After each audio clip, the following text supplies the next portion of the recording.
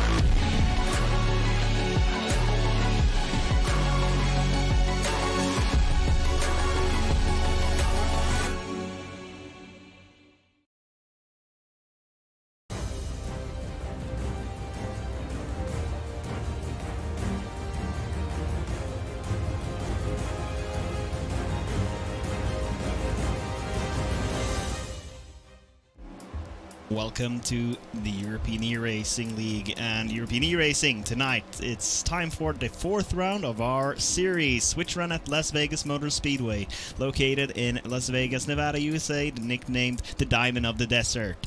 Las Vegas is a fast oval with a progressive banking from 12 to 22 degrees, a little bit depending on where on the track you are. In the tri-oval it's 12 of course, but in the corners it is up to 22 degrees. Las Vegas Motor Speedway is an oval course that opened in 1996 and is a 1.5 miler. With these next-gen cars that we will run today, it will be a little bit like a short, narrow super speedway.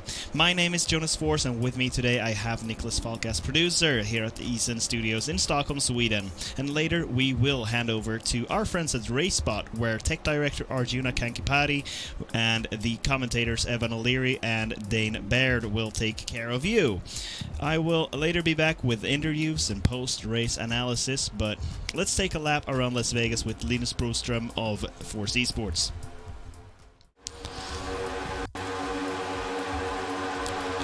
Linus Broström, fast driver in this series.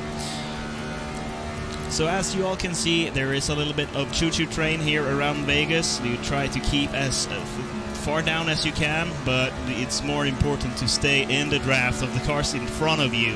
Here is following the Lockhart Racing car in front of him.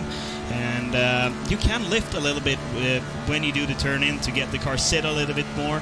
When the tires wear down, just about like 5 or 6%, you will feel that the car will push a little bit into the corner, and it's really hard to not push into your competitors when you're running side by side with them, and that might be an issue later on in the race.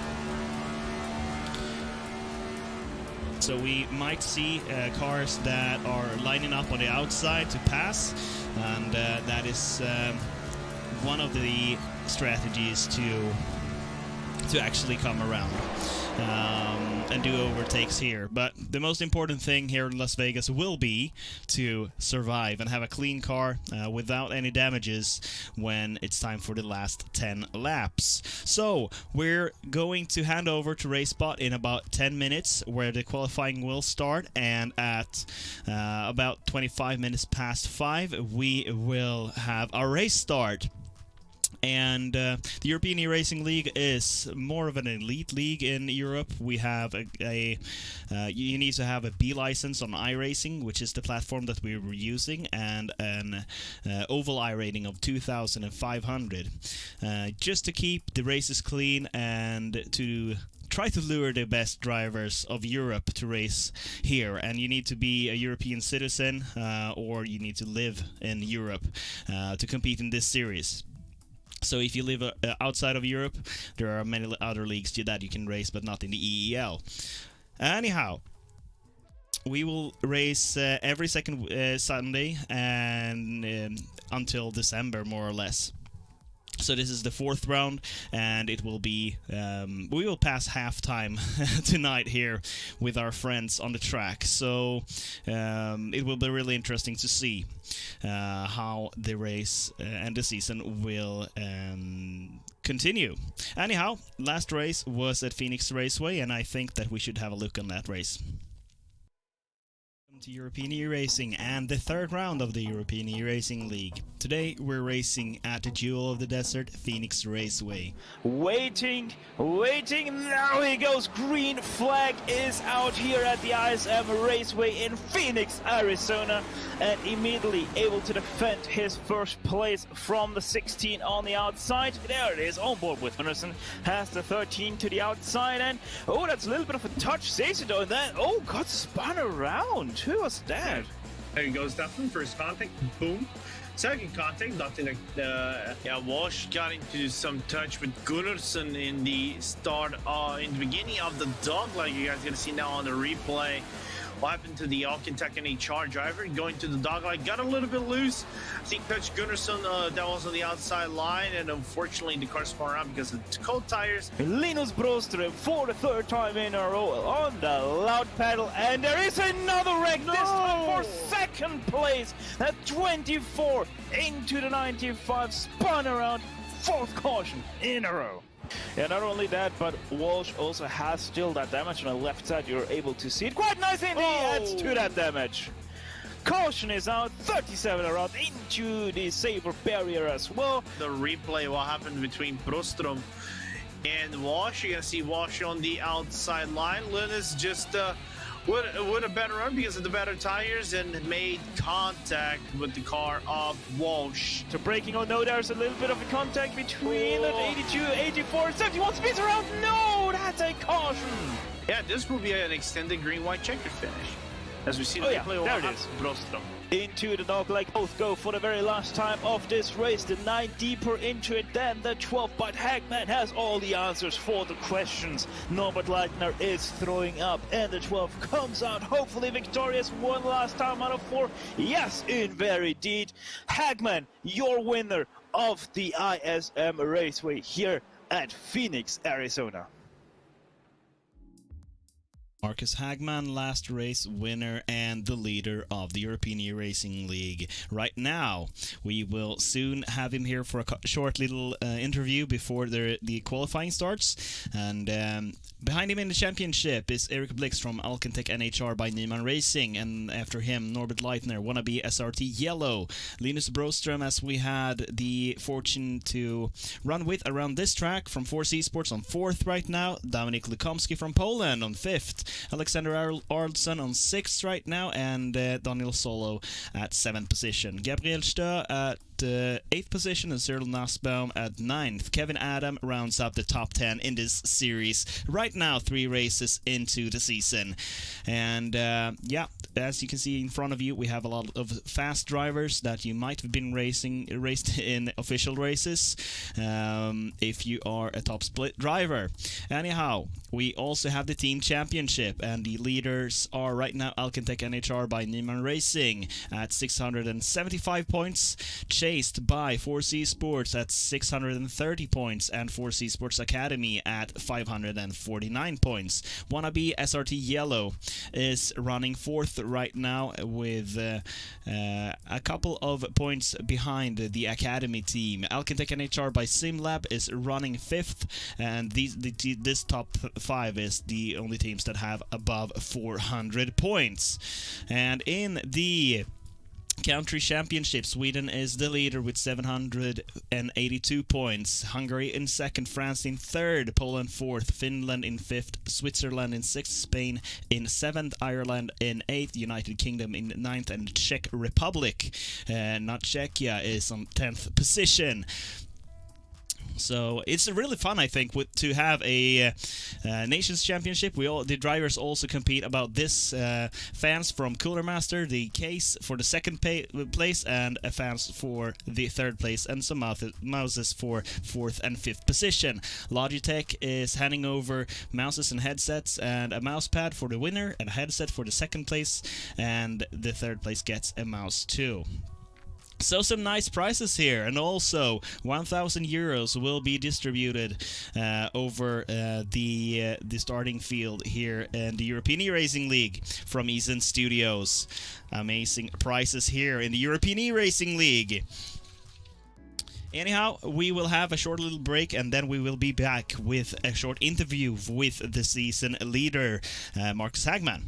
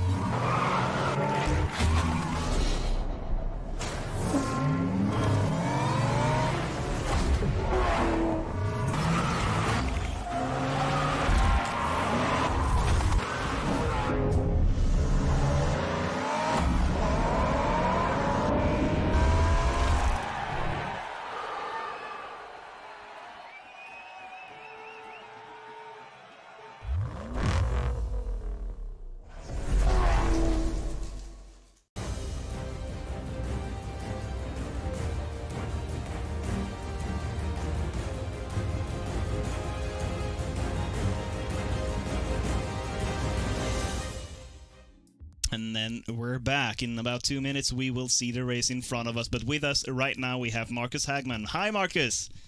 Hi there. How do you prepare for the race tonight?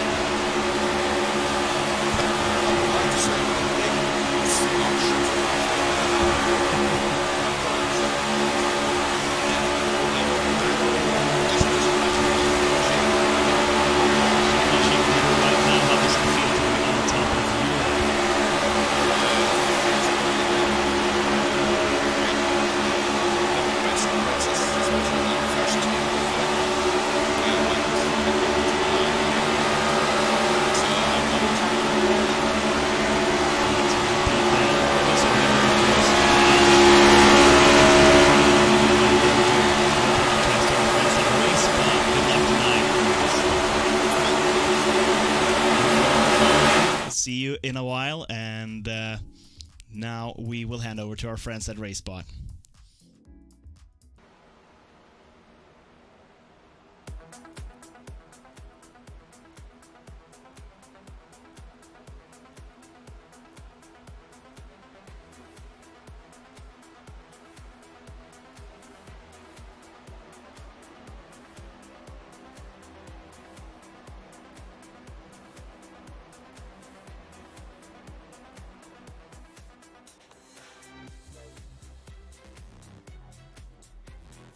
Hello everybody and welcome to Las Vegas for the 4th round of the European Eracing League for 2021. A big thanks to all of the guys at the pre-race show for that one, and we'll be going to them possibly after the race as well. We'll wait and see, but yeah, we've got 150 laps ahead of us this evening at this 1.5 mile circuit, the last one before we get to the finale at Charlotte at the end of the year. We're just coming towards the end of practice right now. Qualifying is coming up in a few moments time. That'll be 5 minutes long before we get into a 150 lap race at this famous motor speedway. My name is Ewan O'Leary. I'll be taking you through the day on commentary with Dane Baird, and Arjuna Kankipanti is going to be behind the cameras for this one as well. And welcome to everybody who's tuned in here this afternoon. It's good to have you along, and I hope you enjoy the race as much as we're going to enjoy bringing it to you. First of all, Dane, welcome along. It's good to have you here for this race. Las Vegas, 1.5 mile circuit, and I've been looking at practice. I've got to be honest. A lot of these guys have just been drafting off of each other like it's a super speedway almost. It's been quite remarkable. So I think we're going to have an exciting race. This season has certainly been interesting so far. So I'm looking forward to this one. Yeah, thanks, Ian. It's definitely going to be interesting. We've got the next-gen cars on display. Of course, a lot of people won't have seen too much of them. I know I personally haven't seen these cars around the track at all, other than the real-world testing that they've been doing. But as we get into qualifying now, like you said in practice, it was so close, not up at the top. The entire field was very, very close. They were running around practice lap after lap after lap all together whilst we were waiting in the green room, and yeah, watching them go around. It looked like they were having some good, pretty clean racing. Hopefully we can have some more of that after qualifying. Yeah, absolutely. We've got a very close championship to speak about as well. We'll do that in a few moments' time, but it's going to get pretty lively pretty quickly here. We're straight in with qualifying. Here's Jonas Gunnarsson on board with the number 33 here at the moment. He's had a fairly okay season so far, managing to get a 6th place last time out at Phoenix, which is his best result of the season so far. He seems to be steadily improving. I believe these guys get 2 laps in qualifying, although I'm not entirely sure. But his speed's certainly going to build up around this circuit, and it's going to be so close in qualifying because you know, there's really not much space to really make up a difference. So any one small mistake is going to cost you quite a lot. Ocean Walsh in 5th place at the moment is dropping back a little bit. A couple of attempts behind Eric Blicht, who's just gone to the front. It's going to be a very, very lively qualifying session with a lot of changes of position, I would imagine, because it's so easy to gain a few tenths and a few hundredths even, and you can get a lot of positions even just from a very small time game, as Ocean Walsh has just gone to the front right now.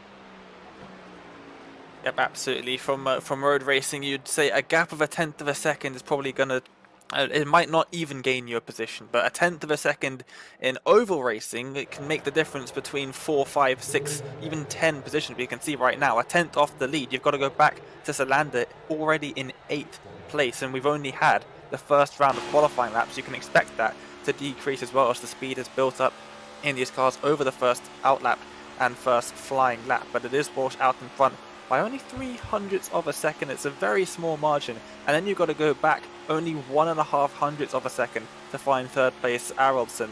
So we'll see what Linus Brostrom can do out on the circuit at the moment. He's going to set his first lap, and it's only good enough for 13th at the moment, but I would imagine the second lap's going to be a bit quicker.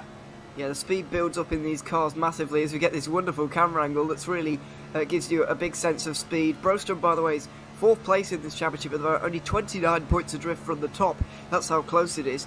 And so, yeah, he's going to be looking to qualify up towards the front and stay out of trouble, which can happen from time to time. I think it may well do at a circuit like this. Over the line for Broström, and it is a good time, but it's not going to set the world on fire exactly. 7th place for the 71 car on that occasion, so not bad at all. They've still got 4 drivers, to actually set lap times. It doesn't look like Bertrand Fourniret is going to set a lap time here.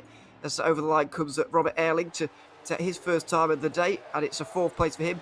Kevin Adam of Spain and Martin Capel of the 64 car are the 2 remaining here to set lap times in this session, so not much time for them to do so, to be honest, but they're going to leave it late, and they've kind of made sure that they know what they're aiming for almost, and they can start to aim at that particular lap time here in the next few moments as Capel runs down the back straight at the moment and into the final couple of corners in the Ford Mustang at the moment, and we'll see where he can get up to. And indeed Kevin Adam, who is going out there at the moment, 16th at the moment only for him. Capel probably somewhere close, but they're both going to be able to improve as the speed builds on this second lap around. Yep, absolutely. We've got that 1/10 gap I was talking about earlier. Slander's now down in 13th, so the top 12 drivers separated by less than a tenth of a second, which is really, really good to see. It's one of the things I like most about oval racing in these NASCAR cars, is that qualifying is so close, and you can literally not even see a difference between 2 lap times, and somehow you've gone from 1st all the way down to 8th place. A couple of drivers now still making their way through. Slander now down to 15th with that 1/10 gap, so really, really close in qualifying at the moment, and Ocean Wash still up at the top by 0.03 of a second, and it will be good enough for pole position. It will indeed. Kevin Adam was only able to manage 10th, and Martin Capel came in 6 thousandths behind him in 11th. So that is it for qualifying, and we'll be getting into the 150 lap race here in a few moments time. 225 miles are going to be kicked off by Ocean Walsh on the front row with Jonas Gunnarsson. It's Alexander Arnoldsson ahead of Tony Uvernen, who was in the wars at Nashville, I seem to remember. Robert Erling is 5th alongside Daniel Solo in 6th position. Dominik Lukumski is in 7th ahead of Norbert Leitner. Linus Broström able to get inside the top 10 alongside Kevin Adam. Martin Capel is going to roll off 11th ahead of Eric Blicht, who's in 12th. Somewhat remarkably, considering he's 2nd place in the championship. Paul Mazer 13th alongside last time's raced winner Marcus Hagman, and indeed championship leader all the way down in 14th. Andre Salander only just over a 10th back, but he's 15th. Eric Lundberg is 16th alongside him. David Ecke is 17th, head of Bertrand Fourniret, who is in 18th for France. And the final man who's going to roll off our grid here today, having not set a lap time in that qualifying session. 150 laps then, and championship implications are going to affect this one, of course, but we've just received some fairly big news here, Dane, really.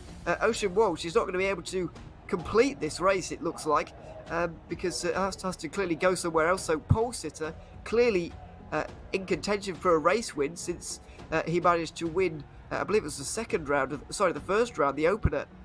Ocean Walsh managed to win at Michigan, so he's clearly going to be a race contender, but unfortunately he won't be able to stay with us for the entirety of this afternoon's race, which is a real shame, but he's going to blow this race wide open. Yep, it definitely is, and not sure if the other drivers know that at this point in time, but if they do, they're going to be fighting for that 2nd spot. If Ocean Walsh can maintain a lead out in front, they're going to be fighting for that 2nd spot as if it is for the race win, because of course it very well might be. It depends, of course, how quickly we end up finishing this race. If it goes without cautions, maybe Ocean Walsh might be able to stick around until the end, but he's definitely going to give it a go. He's on the grid. You can see that just trying to overtake the pace truck at the moment. Always nice to see the pace truck. You don't get to see that too often on iRacing. Usually they use one of the various pace cars on the service, but yeah, he is out on the circuit, which is good to see. We will get a nice a large grid for this race at Las Vegas as they go down the back straight, and we'll see what they can do on these opening few laps. It's going to be quite important track position, I feel. It probably will be, yeah, and staying out of trouble, which is why I'm a little bit concerned for championship leader Marcus Hagman and 2nd place man Eric Blicht, who are both outside the top 10, and they could find themselves in trouble if they are not careful. Coming through 3 and 4 then on the pace lap right now. Set to go racing. We've had 3 different race winners in the European E-Racing League for 2021. Ocean Walsh has managed to take one, Cyril Nussbaum, and though Marcus Hagman has managed to win a race. Are we going to see a 4th different winner in 4 different races? It's Ocean Walsh who's in control of the field, and we are going to go green flag racing here at Las Vegas, 150 laps to decide who is going to be the winner of the 4th round of this championship. And straight away, it's a fantastic start for Ocean Walsh. Alexander Alderson has got himself into a good position here, 2nd place already. Jonas Gunnarsson dropping back already. He's 5th place, dropping back even further as Dominik Lukomski gets through on him. Not a good start for Gunnarsson whatsoever. Yep, no, and he's stuck on the outside line, which is really pushing him back with the inside line so populated. They're all getting in the draft, of course, and really he didn't have much help on that first lap at all. I think he's got Norbert Leitner there. Big shunt into the wall, and there's another car there as well spinning around. We have the first caution of the evening, of the afternoon, sorry. And yeah, that was a big contact with the wall from multiple drivers. It looked like 2 different incidents there. It was. Ocean Walsh was involved in that one, I'm afraid to say, and it all came in this battle for the lead. The 2 leaders making contact, the 37 and the 24. Ocean Walsh was battling with Alexander Arnoldson, and they've both come into contact. Arnoldson wasn't even able to drive back down to the pit lane. Another big hit for somebody in that blue and black car just going through the bottom of your shot right now as well. Made contact with a couple of them. It just looked a bit like it looked like Norbert Leitner who made a bit of contact. Let's have a look at it from some of the onboards. He's going to have a bit of damage there, and some of the others are going to have a fair amount of damage as well here. You can see that car on the outside line. A number of cars with damage here early on.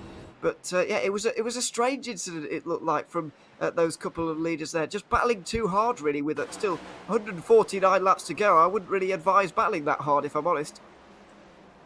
Yeah, definitely a bit of an odd one. And then they wrecked, not really a massive wreck, but someone did get forced into the wall at the outside of turn 2 as well there after that incident. So a couple of incidents happening on that second lap. Hopefully we'll get a bit more clean racing, but we said that Ocean Walsh has to leave early. I think that might have solved his way of getting out of the race. He's going to have to pull over and pit. You might not even be able to get back out at all. We'll have to wait and see. There is a minimum speed requirement as well as a maximum laps down from the leader's requirement. So if he doesn't get back out there soon, he might not be able to get back out at all. Yeah, absolutely. And he's going to need those points because he's already got a 0 next to his name, and that will be his drop week. But if he has 2 donuts, then there's going to be some serious points lost, I'm afraid, on that one. We've got a number of drivers in the pit lane. We're expecting Ocean Walsh to come in, and we've got the others. So Dominik Lukomski, Daniel Solo, Marcus Hagman, Andrei Salander, all into the pit lane.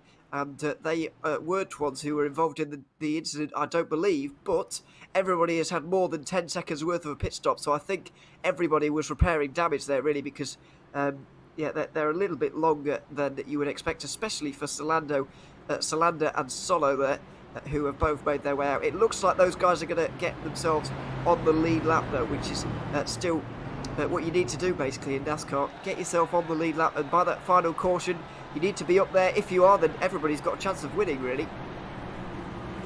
Yep, absolutely. But we are, of course, a very long time away from the end of this race. This could very well be the last caution of the race. We don't know. It depends how cleanly the drivers take the next 145 laps or so as we head across the start-finish line to start lap number 5, still behind the pace truck.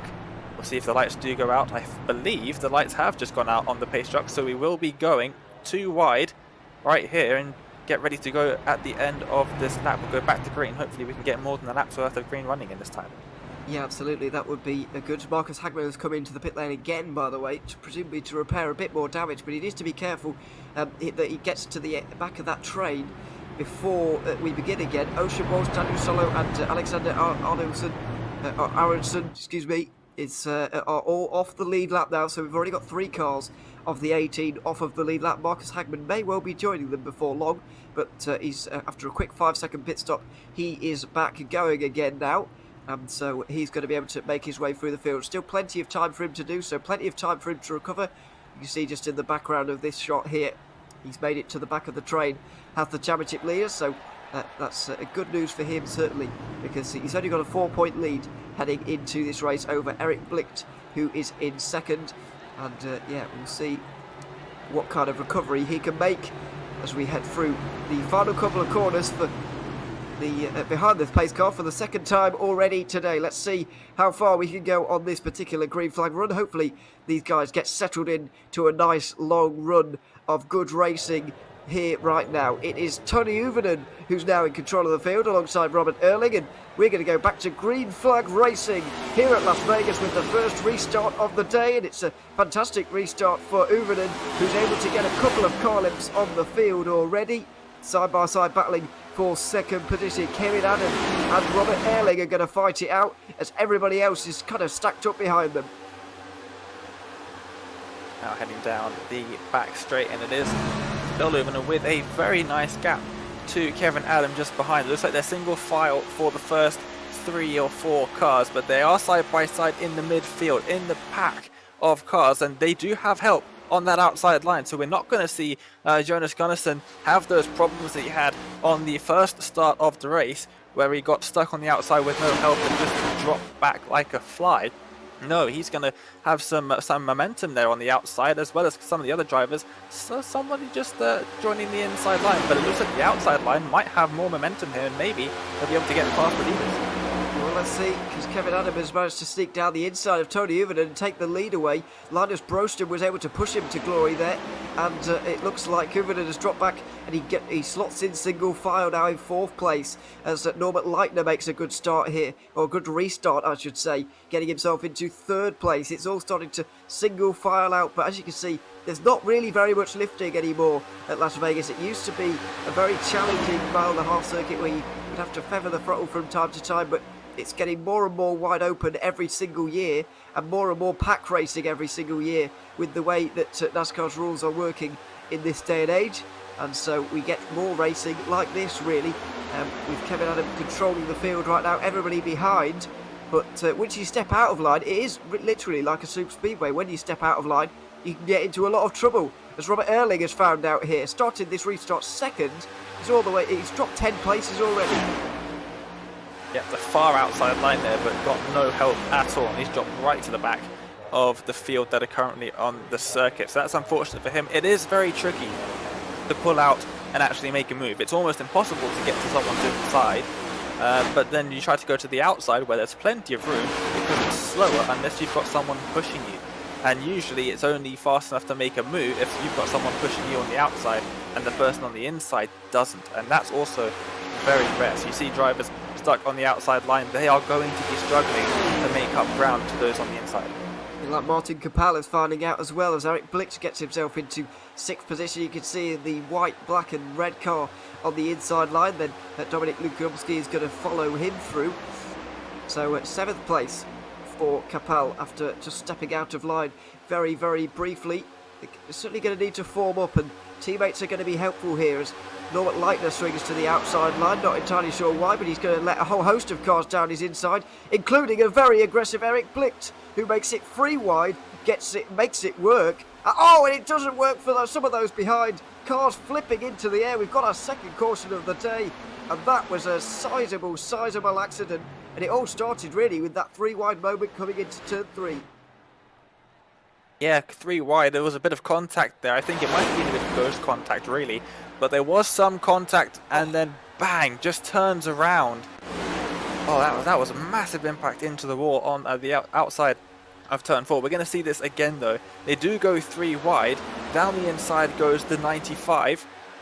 And then some small contact, and then I think it was Norbert Leitner just trying to get out of the way. They're still 3 wide here, and there. Gets turned around, sort of minding his own business, and around the front of the 31 he goes into the wall with massive impact there, and that's going to bring out the second caution. Yeah, Paul Brazil seemed to be quite disorientated really by everything that was going on. We had Eric Blicht down his inside, and then didn't realise that Martin Capel was coming down his inside either, and then that's what sent Capel catapulting into the barriers. You can see that there's the first part of it, and then you just realise there's more cars coming. Just turns across Kapal, and he goes spinning into the air. I'm afraid that's going to be a hefty repair for him. We've got pit stops, meanwhile, by the way, live pictures. Most of the, well, I'd say about half of the cars on the lead lap are coming into the pit lane right now, including Kapal, who was actually able to get going and repair that damage. Tony Uvenen has been in. Gunnarsson, Erling, Leitner, Hagman, Ike David, Mazir, Kapal, Fourniret, all into the pit lane right now. Salander and Lukomsky, not surprisingly, stay out here once again, because they pitted under the first caution, so they are going to stay out. But Hagman wanted to top off with fuel on that occasion, so it leaves, remarkably, only 4 drivers who's not made a pit stop so far in this race. And considering we're only on lap 13, that is a bit of a surprise, but it's the way these caution-filled races can tend to unfold. Yep, absolutely. It's the top 3 that have not pitted, and then of course Eric Lundberg in 5th place as well. So out of everyone who has pitted so far, you've got Dominik Lukomsky, who pitted in that first caution on lap 4, I believe. He pitted on that occasion, and he's just pulled into the pits now, I believe. He has. I don't know why, but he's decided to go in a lap later than everybody else. And he's going to cycle back to the back of the field. Daniel Solo, by the way, has just gotten out of the pit lane. He's 9 laps down, on the field right now. But he might still be able to pick up some points. And that might be still good news for him, since well, it might end up being his drop week anyway, but it's still good for him to finish the race and get some points out of this one. Ocean Walsh, Alexander Aruldsson are still waiting for repairs to finish, so is Martin Kapel at the moment, but particularly Aruldsson has only got 3 laps to get back out there, because don't forget, you've got to complete 90% of the race. You can only be 15 laps down. If that ticks over to 16, I believe, then you have to pull into the pit lane, and you can't hope for an insane amount of laps back again. You've got to just retire the car, I'm afraid. So really running against time, but these cautions are helping Aruldsson if he does indeed want to get out there and be classified in this race. Yep, they definitely are helping. The more time that he can spend repairing his car whilst the driver's out on the circuit going slower, it's going to give him a bit more time to try and get those repairs done. And hopefully get back out onto the circuit, albeit he will be at least 13 laps down, which is obviously not ideal, but it does mean that he has the chance to get a lucky dog or something along those lines and try and get some of those laps back. But yeah, it doesn't look very good for Alexander at the moment. A couple of other drivers nearing that 15 or that 16 laps down markers. Of course, Ocean Walsh, who is currently down in 17th, but is 10 laps down, soon to become 11 laps, I believe, as the lights on the pace track are out and we're getting ready to go back to green. We've had such a chaotic start so far, but will the amount of incidents or anything calm everybody down and sort of, everybody wants to get into a rhythm now? Will it be a calmer restart here, or are we going to see some of the same craziness? Because that's the trend so far. Are we going to see more of that?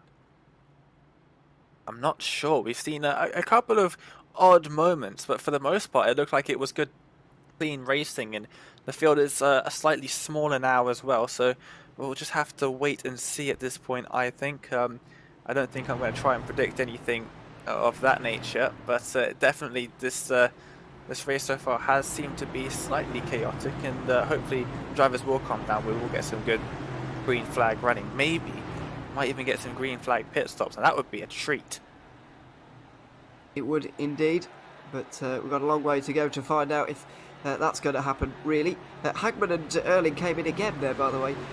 Not sure if that was a fuel thing or what, but certain strategical things possibly happening towards the back of the field. Let's go green flag racing again then, and hope that we can get a little bit further this time around without any intervention from the pace car once again. Kevin Adam in control of the field. The green flag is back in the air in Las Vegas, and we are racing once again. I guess the question is, how long is it going to take for it to get single file? Well, it looks like a very diluted restart indeed. People taking it a lot calmer, a lot cleaner on this occasion than we've seen on some others, but very rarely have we seen the leader actually hold the lead for more than really a lap and a half on one of these restarts. At the start we saw obviously that incident with Ocean Walsh, and last time around we didn't see Tony Uvernen hold on to the lead either. So is Kevin Adam going to be able to do it on this occasion? Well, luckily for him, it looks like more of a single file restart than we've seen at either of the other two. It certainly does. They are too wide right near the back of this pack, but Adam does have a nice 1.5 tenth gap. The problem is Lundberg is giving Blixt a nice push down these straights, and it's very much not helping Adam. He, of course, doesn't have anyone in front of him to knock a big hole in the air, so Blixt is getting a massive advantage on him. The problem is, can he actually try and get past? So Adam is holding that inside line very tight through the corners, as you can see, leaving absolutely no space down on the bottom. But Blixt definitely does have the advantage. The driver in second usually does. The problem is trying to get past. You can't really go to the inside because there's no room. And going to the outside, he'll need help from Lundberg or maybe Broström as well. Yeah, absolutely. So we'll see if those guys cooperate. Don't forget, he's on the, so far, the leading team here is Eric Blixt. So he might well have help by some of the other drivers in this race. Daniel Solo is back into it. So he might be able to give him some assistance. Andre Salander as well in this race at the moment, also a teammate of his, so Eric Blixt may well get some help in that respect. They need to get up to him first though, especially Solo, who's laps down at the moment. It looks like Martin Capel might be out of this race. We'll wait and see whether he just gets back into that car or not, because Daniel Solo briefly did exit his vehicle, presumably to look at what happened, quite possibly, but he's returned to the race now, so we'll see if the 64 gets back in, but it will be a shame for Capel to retire this early on in this race. Still 130 laps to go at the line, despite the amount of racing that we've had so far and the amount of drama as well that we have had so far. It is a bit of a messy race so far, but it's back to single file now, and Kevin Adam leading the field. Eric Blixt is also on the back of him, and Lundberg just letting a few car lengths open up, really. Eric Lundberg up to Eric Blixt there, so a couple of attempts where everybody else is basically bumper to bumper. He's just letting a couple of, well, it's not even a car length really, it's just a few metres opening up really, but certainly people seem to be a little bit more reserved on this occasion, and you know, this could play into the hands of everybody really. I mean, saving fuel back in the pack could be a big factor later on. Yeah, it definitely can. It's very often that we see in oval racing that we have drivers sitting back, saving some fuel, and then near the end in a late pit stop maybe, not having to pit for fuel, at least, not having to get fuel into the car. They've been saving it throughout the race. When you are behind a big pack like this, it is easier to save fuel. Of course, if you're out in front, you've basically got to go flat out the entire way. If you're in second, you've got a nice draft that you can stick in, and it's going to give you a bit of a speed advantage, no drag or no air resistance effectively, and so you can lift off the throttle pedal just a bit down the straights to the corners, and you'll still keep the same speed. You won't be able to overtake, but you'll keep at the same speed as the driver in front, and save a little bit of fuel as well. Interesting to note, Martin Capel is definitely out of the race. It's like completely out of the session, so that's this day over. We've also had to say goodbye to Ocean Walsh and Alexander Aronson. They're not back out on the circuit yet, and they are at 19 laps and 21 laps respectively, as we are getting very, very close here in this battle for third place. It's allowing Kevin Adam and Eric Blixt to get away. This battle between Eric Lundberg, who we're on board with right now, and Linus Broström, who, despite being pretty much on his own, has held his own quite well. And now he's going to get the help. Andre Salander realises that he's actually doing quite well out there, and it might be worth helping him. But I'm afraid he's being hung out to dry ever so slightly. Lundberg pushes Broström that tiny bit wide, just feeds him up the racetrack, but the run off of the corner helps Broström pull back at least level with the orange 17 car on the inside line. He's holding his own extremely well here, Broström, and better than any other car we've seen so far. Andre Salander just looks on behind and tries to work out which line to follow at this point, but he's just sticking to the inside for now. Broström still on the outside line. This battle going to continue on, but he's doing a fantastic job in that 71 car. It looks very, very capable on that outside line in a way that we've not seen from any other car so far in this race. Yep, he definitely is. He's been able to stick it out there very well indeed, and Actually, now he's just dropping back ever so slightly. He was using the side draft very effectively there, but he's let Lundberg pass now, and he is up into third place. He's retained that third place. He's definitely not in a very much dangerous position at all, really, as we are looking at side-by-side still between Brostrom and Salander. They are still side-by-side. We've actually now got side-by-side 3 rows deep as well, as that's very close to contact there through turn 1.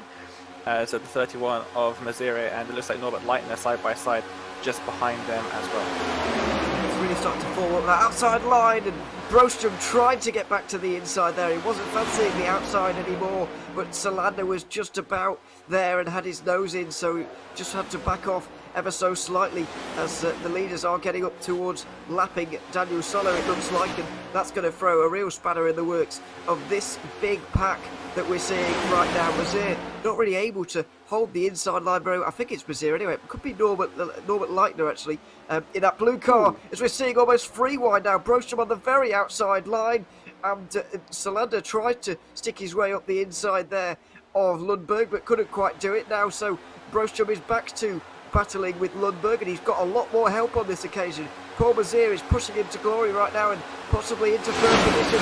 He does indeed get clear now, does Linus Brostrom, but he doesn't want to be disloyal to Paul Mazir and dive straight down to the bottom straight away, so he stays up top for a little bit longer as that outside line is becoming even favourable to the inside. They were just making contact down the straight almost on the last lap, so good thing that all ended out okay, but they are still in a massive pack. This almost looks like a restart more than what we're looking at 16 laps into this green flag stint now. But yeah, Brostrom did a great job of getting pushed into third place. Now he goes down to not really the bottom, sort of in between the 2 lanes that have started to form here. Salander dropping down a little bit to 7th. As yeah, that's a good racing there between some of the drivers, and Lundberg, he really got no help there, did he? He got just everybody moving up to the outside, and he's just got stuck there on his own. He's now got a bit of help, but it's maybe a little bit too late, as he's now having to go side by side with Hagman, who's managed to move all the way up into 6th so far in this race. Yeah, absolutely. He's done a good job from this restart where he started right at the back. 8 positions gained in the race so far. Lundberg has done a similar job. Eric Blick likewise, as some of the main players in this race, like Walsh and Aronson, dropped back dramatically here in this one. The pack continue to race, and what's changing really, it's just the same battles that are happening side by side into 1 and 2. They go here once again. But what it is allowing is Kevin Adam and Eric Blick to get away. They're single file right now. They're not battling like this, and so, you know, logically they're going to get away, and that's exactly what they're doing right now. And it was this exact kind of thing that happened at Nashville, a very similar circuit in the way that it's racing right now. You know, this is exactly what happened. It allowed the 2 leaders to get away, and it was a race winning advantage in the end. It's too early to say whether that will be the case again, but they've certainly got a similar kind of advantage as to what those guys had nearly 1 month ago. Yeah, it definitely does have its advantages, but if this group starts to almost get their act together really and start going a little bit less all over the place, as we're seeing at this shot at the moment, if they start working together a bit, they could build up enough speed to drive straight by the lead 2 cars. You see it fairly often, normally with teammates, but they'll go in a big group, they'll drop back slightly, and then they'll just gain all of the speed using a drafting train, and 3-4 cars, the more cars you have in a pack in the NASCAR cars, usually the faster you can go because of the bigger hole that the cars will punch in the air. You'll have one person go around back to the front and cycle, almost a bit like cycling races in the say the Tour de France or something. They use that tactic there, they use it in NASCAR as well, and they are starting to close down. The last couple of laps they've gained about half a second on the leaders.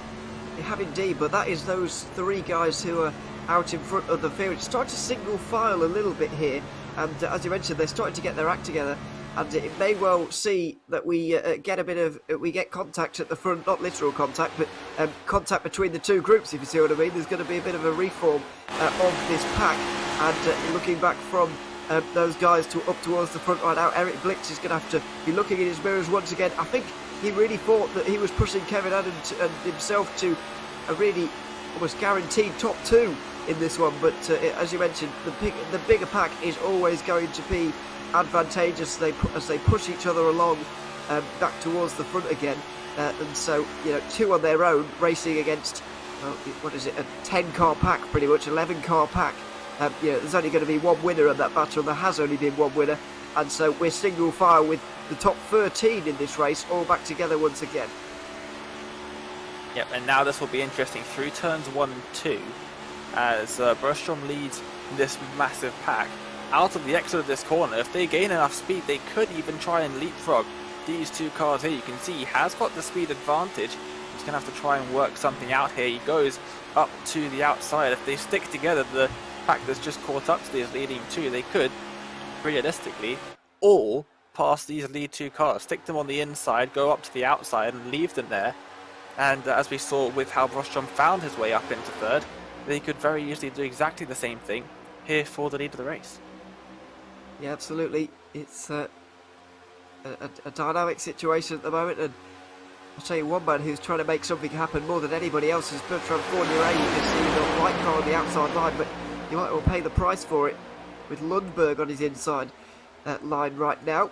Eric Lundberg in the 17 car. We've seen in the battles quite a lot, but Fournier is going to get some help here, and we're on board with that man right now. It's Dominik Lukomski who is trying to get him back towards the front, or at least gain a couple of positions here. The outside line starting to become a bit of an option again, and we'll see if it works out for them. But we're nearly at lap 40 right now as these battles continue on. What kind of race is it going to be here? Is it going to be 2 stops for these guys? Is it going to be just 1 stop? We've seen a number of guys coming in already. We've only got 4 who haven't, but 3 of those are in the top 3 positions right now. So how far can they go? Can they make it to lap 50? Can they make it to possibly lap 75 here and make this a 1-stop race? That is all that we're going to be finding out in the next 10 minutes or so.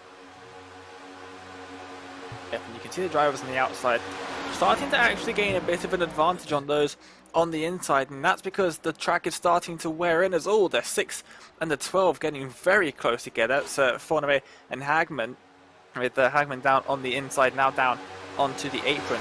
But we had a lot of outside running in the last few laps with that big pack as they tried to catch up to the leaders, and it's starting to wear in that outside line, and as they do more and more running on it, the faster it will get. So whilst it's slower than the inside line for now, if they keep running on it, it could end up faster than the inside line as we progress through this race. It's one of the great things about iRacing on the oval side is that these tracks do wear in. We saw it yesterday in the Crandon event on the dirt. Same thing applies. The dirt wears in.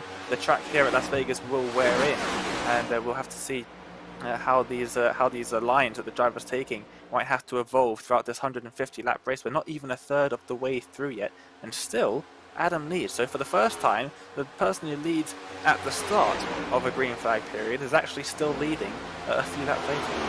Yeah, absolutely, and indeed leading about nearly 30 laps later at this point, because that's when we had that last caution period.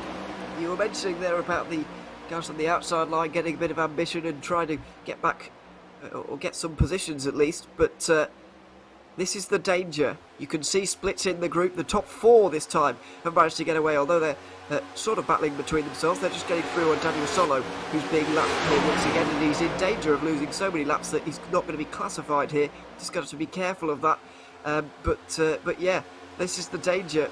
You could see the top 4 running away with this race, but it's still too early to say, really, as these guys are going to negotiate. Solo in a few minutes' time. There he is on the outside line.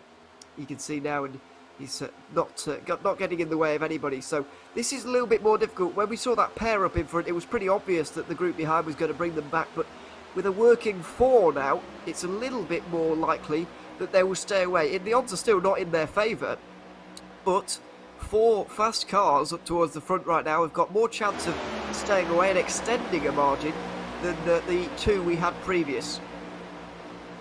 Yep, that's definitely right, especially if the cars behind carry on battling. It looks like they've just sorted out themselves into a single file position.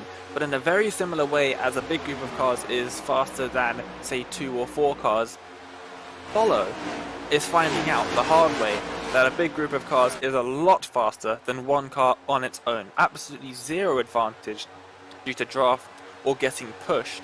And so he is dropping back and back and back. So he will, if there is a caution, be able to try and make up some of that time and get back into the pack. But right now, out on his own, he really has no chance. Yeah, absolutely. And the damage he has suffered is also not helping him as Fourniret gets down the inside line now, and I don't think Marcus Hagman is too pleased about that one because he wants to get back towards those front 4, and he's not going to be able to if they're battling side by side like this.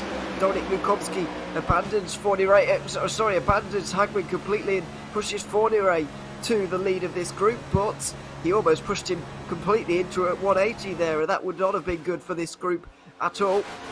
It looks like Fourniret has managed to get out in front, and Hagman has been given the slipstream by the Frenchman, and he's able to get out into second place in this little pack at least. But once again, that's lost them about 0.3 of a second really as we approach lap 50. So it's still costing them time in this race. And just to your point about Daniel Solo, Robert Erling is finding out about that as well at the moment. In P14, he's all on his own and 20 seconds down on the field. He's in danger of getting lapped if the caution doesn't come out too quickly. Yep, he really is in need of a caution, get some repairs done to his car and get back out into the pack. He is definitely struggling out there, but out in the front, look at these 4. They are not extending their gap to the drivers behind, but they're slowly losing time. But every time you get someone like the number 6 car Fourniret sending it up the inside of Hagman, they go side by side for a few laps, it slows them down. The leaders gain a little bit of an advantage. But now, whilst they're running in a single file fashion, they're able to catch back up. Slowly, I might add, they are catching back up. But like I said, every time you get someone going side by side, it does slow them down. So this is going to be an interesting dynamic. Are they going to just settle for the positions that they have, knowing that they can't get any better if they start battling amongst themselves, or they're just going to keep battling amongst themselves? It's we've got to have to wait and see for that. But it looks like they are starting to realise that single file is going to work out better for them in the long run. Yeah, absolutely. I'm still not convinced this quartet are going to be caught here without a caution, but it's very much hanging in the balance at the moment, and they're not exactly losing time, that pack behind. It's kind of holding steady, but I really don't think that Paul Mazir is going to be able to hold on to these guys. Well, he's going to be able to hold on to them, but he's not going to be able to stay with them for too much longer because the 3 in front of him are going to have to pit soon, and he on his own is not going to be able to hold back the pack in behind here. So he could be in a lot of trouble and could find himself on his own and then back into the leading pack. The trio of cars you can see 1, 2, 3 at the moment are going to work together, and they could end up losing time on the pack depending if they battle or not, and it's going to be a real race between them to see what happens. I'm a little bit concerned about Eric Lundberg though, because he's the only guy who's going to have to come in early, but he's detached from the other 3 who need to come in early, so he could well find himself very much on his own when these pit stops do happen. And we've already seen in this race how being on your own is not helpful whatsoever. It's a real, it's going to hold you back a lot. So Lundberg is praying this comes back together before he has to come into the pit lane, you can be sure. I think he's praying that someone else comes together, because a caution would solve that problem for him instantly. He'll be straight back into the pack, and he'll be able to pit with the rest of the drivers that are currently on lap 53 of their tyre stint. They have not pitted since the start of this race, and they're not struggling all that much. You've got a couple of drivers now on 40 laps, and they're the most recent of the pitters. So yeah, it's very interesting that they've managed to keep the tyres going for this long. We will have to see if it carries on like this. We might just get some green flag pit stops, and if we do, then you're definitely right. We're going to see drivers like Lundberg start to struggle, especially if they end up having to pit without anyone to come out with in a pack, because they're just going to get swallowed, as we've just seen with Daniel Solo. He's really dropping back lap after lap, just losing so much time, losing around about 2 seconds a lap on a 31-second lap. It's really terrible position that Solo's found himself in. really does need a caution to try and get himself out of this one. Speaking of dropping back, Dominik Lukomski can't seem to stop at the moment either. Goodness me, he got chopped across the nose a little bit there as he's dropping all the way back to the end of this trade, it looks like, over the next few moments. He's on the outside of Andre Salander now, who's been kind of preserving himself and making sure he doesn't get involved in anything over the last few laps. And there was a couple of moments in these little battles here where they were in danger of splitting apart the group behind completely in their chase of these guys, but at the moment it looks like they've just about stayed together, even though some of the links are a little bit tenuous at the moment between a couple of the cars. Let's see as they run down the back straight. You just see in the background there, Lukomski and Salander look like they've completely shot themselves in the foot here, and they're out of the back at the moment. That gap grows to a second, and with a working group of almost 7 out in front here, then you can be sure that they're going to really struggle to get back involved here. Gunnarsson was only just able to get there. Lundberg is hanging on as well in the 17. You can see the bright orange car. Gunnarsson, likewise, they're really struggling to hold on, it seems, at the moment. You can see them two in the background. But look at Lukomski and Salander. The battling that they have taken part in has really backfired on them very, very quickly there. Yep, it definitely has. Not the ideal position for them at the moment. I think they're also in a little bit of a need of some yellow flag action as... Lukomski down into the pits. I believe he was on lap 43 of his stint. He pitted in the second caution.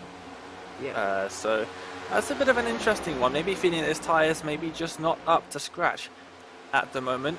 And if he can get a couple of fresh boots on that race car, and maybe it will help him out in the long run.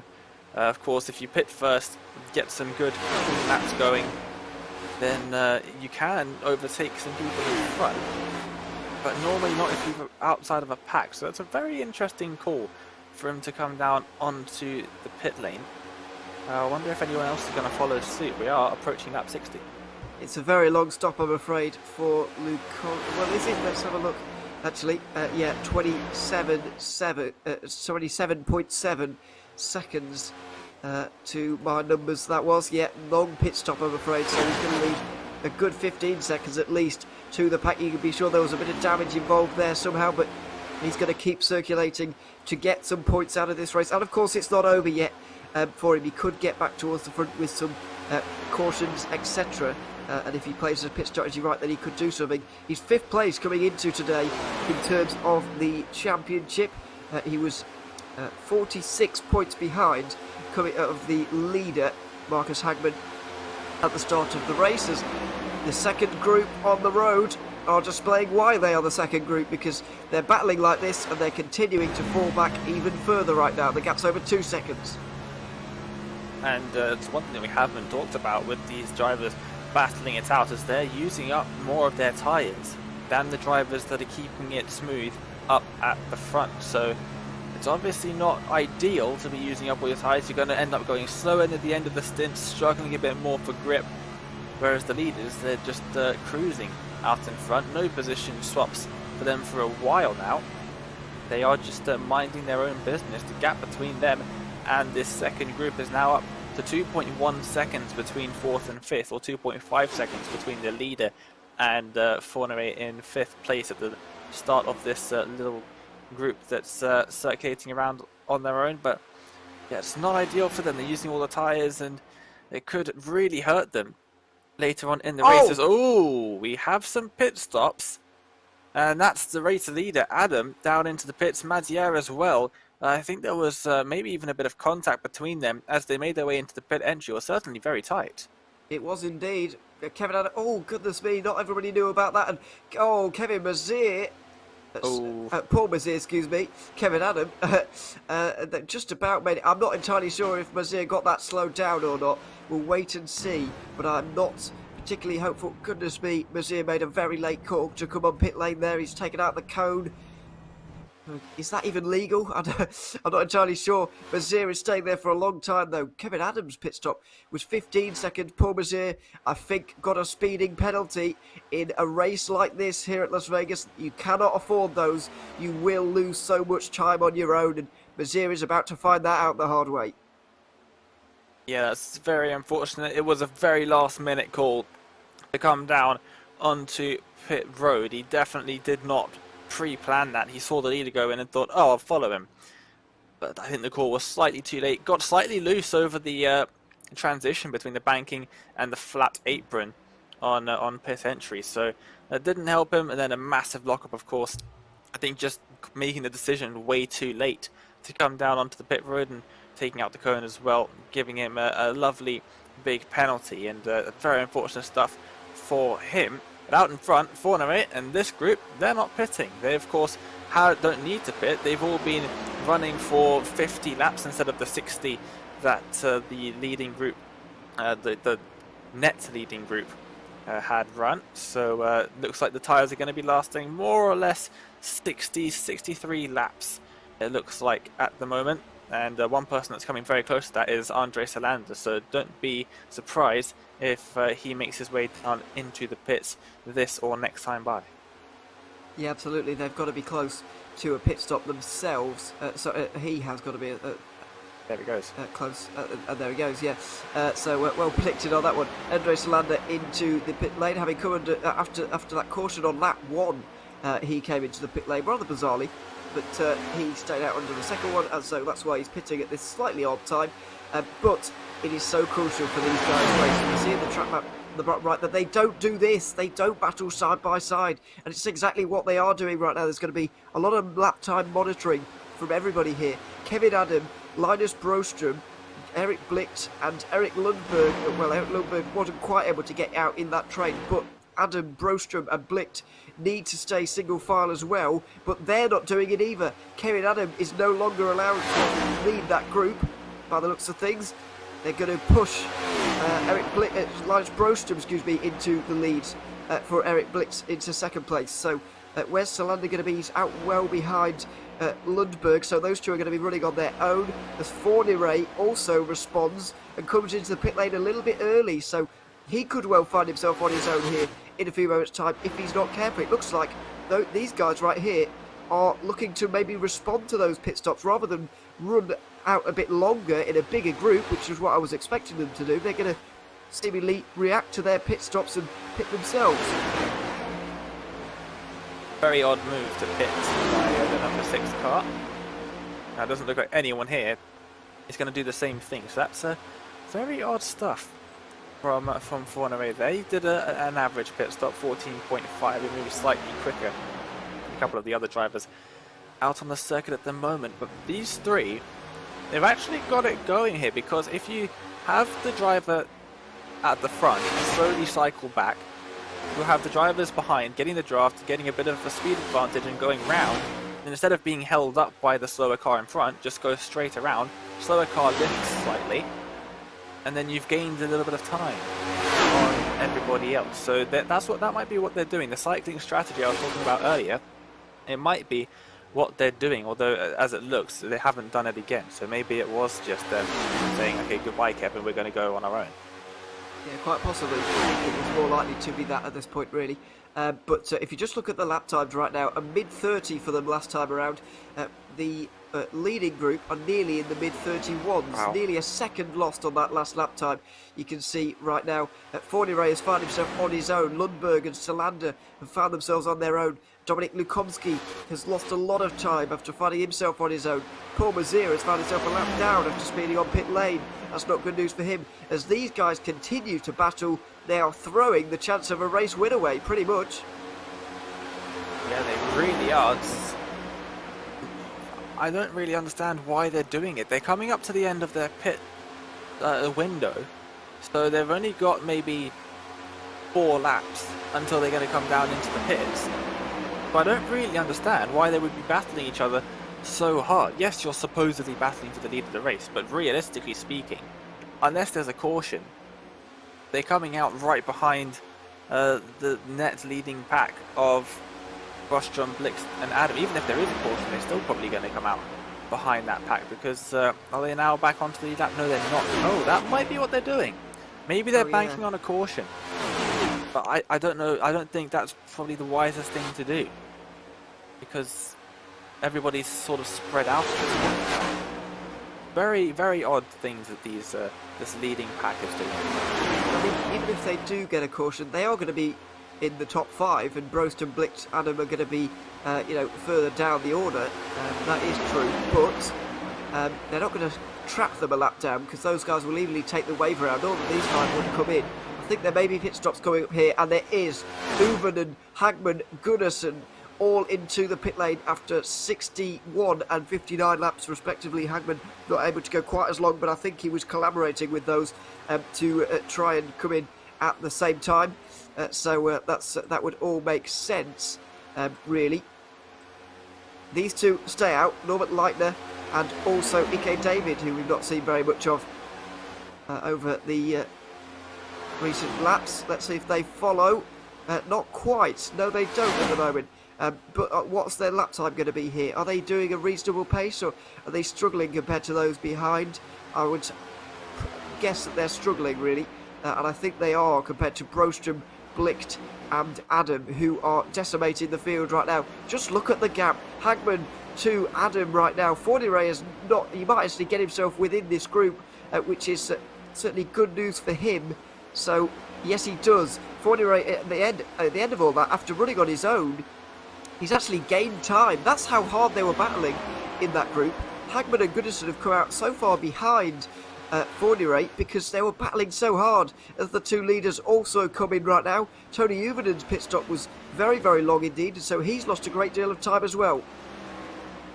Yeah, very interesting stuff there. I think Fornire was probably realised there that he's losing time by being in this field battling each other. Just pit. He was doing equal lap times to what Norbert Leitner and Ike David, who have just gone down into the pits, were doing on their own. So in that massive group, they were losing so much time that even Fornire was able to just keep the same pace as them without any draft whatsoever. And now you'll see the leading three, they're out in front by quite a considerable margin. They are indeed, as Leitner and David come out of the pits lane right now. You'll be able to see that group behind just reform for a moment and assess the damage, and it's hefty damage, I'm afraid, for those guys. Nearly 8 seconds, more than 8 seconds now between the two groups in this race. It's Linus Brostrom, Eric Blicht and Kevin Adam who are leading at the halfway stage. We've got less than half distance still to go, just over 100 miles remaining here at Las Vegas, and we'll be back with the rest of the action after this short break.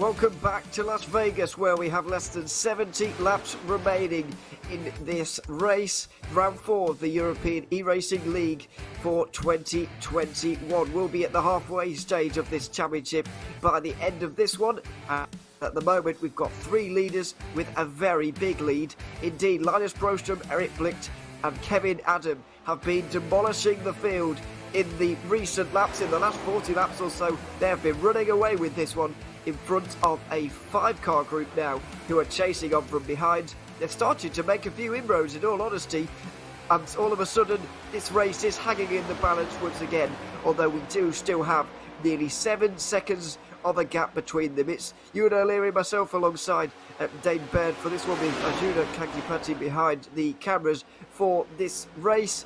Dane, it's been an interesting one so far. It's been completely split apart, quite a wild way actually. I wasn't quite expecting this much attrition early on, and also this many groups to be all over the place this early on, but finally that second group are starting to get a bit organised, those 5 chasers. Yeah, it's taken quite a while, hasn't it? We had the first initial split off, and it was Adam and Blix. They split off from the rest of the pack, and they did their own thing for a while. The big pack fought around for a while. Then they sort of got their act together, single file, and caught up to the leaders. And then we just had the exact same thing happen again. 2 more cars split off from that main pack, and then we had a top 4 and basically the rest of the field. And it's remained that way up until the pit stops, where we lost one of the 4. Messier, he's gone down to 14th place now and quite far back behind anybody else on circuit. He's all on his own at the moment because of a pit lane entry speeding penalty. So very unfortunate stuff for him, but we now have these 3 cars up at the front who have really done a fantastic job of staying ahead, especially through the pit cycle. They played that one to perfection, and this pack here still seemingly wanting to have a bit of a battle out at the front, which has really cost them over the first half of this race. It has. They've got another driver in here as well, by the way, who I'm trying to work out the identity of. It's one of the teammates of Marcus Hagman, and it could well be well, I was going to say Solo, but they're not teammates for a start. So I'm trying to work out who it is anyway, in that car.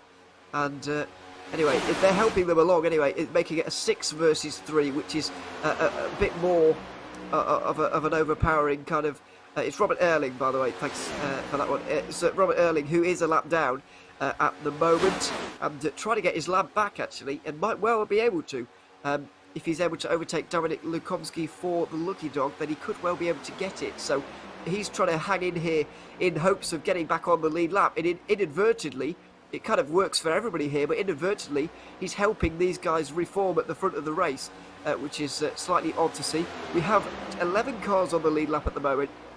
Tony Uvenen and Andre Solander are the last ones on the lead lap. As you can see, the lap times being put in by Marcus Hagman and this group at the moment. They're still gaining, but Linus Broström, Blicht and also Adam are gaining on Uvenen and Solander. They're only 3 or 4 seconds away from being lapped on those that pairing, so we could well only have 9 cars on the lead lap here in a few moments' time. That would not help Robert Erling at all, by the way, in his chase to get back onto the lead lap, because it would all of a sudden put him a long way away from the Lucky Dog. But it just shows that these guys aren't going quite as quickly as early, and of course their tyres are slightly older than those of the guys behind. Yeah, they are. They pitted a little bit earlier, a couple of laps earlier than the drivers behind them at the moment. Also interesting to note, Daniel Solo, who we've been watching for a little bit, all on his own out there on the circuit, not really close to anybody, currently 14 laps down. And of course you have that 15 lap down limit, so he is in danger of not being able to finish this race if he doesn't get, I would say, a caution. There's no real chance of him catching up to a pack.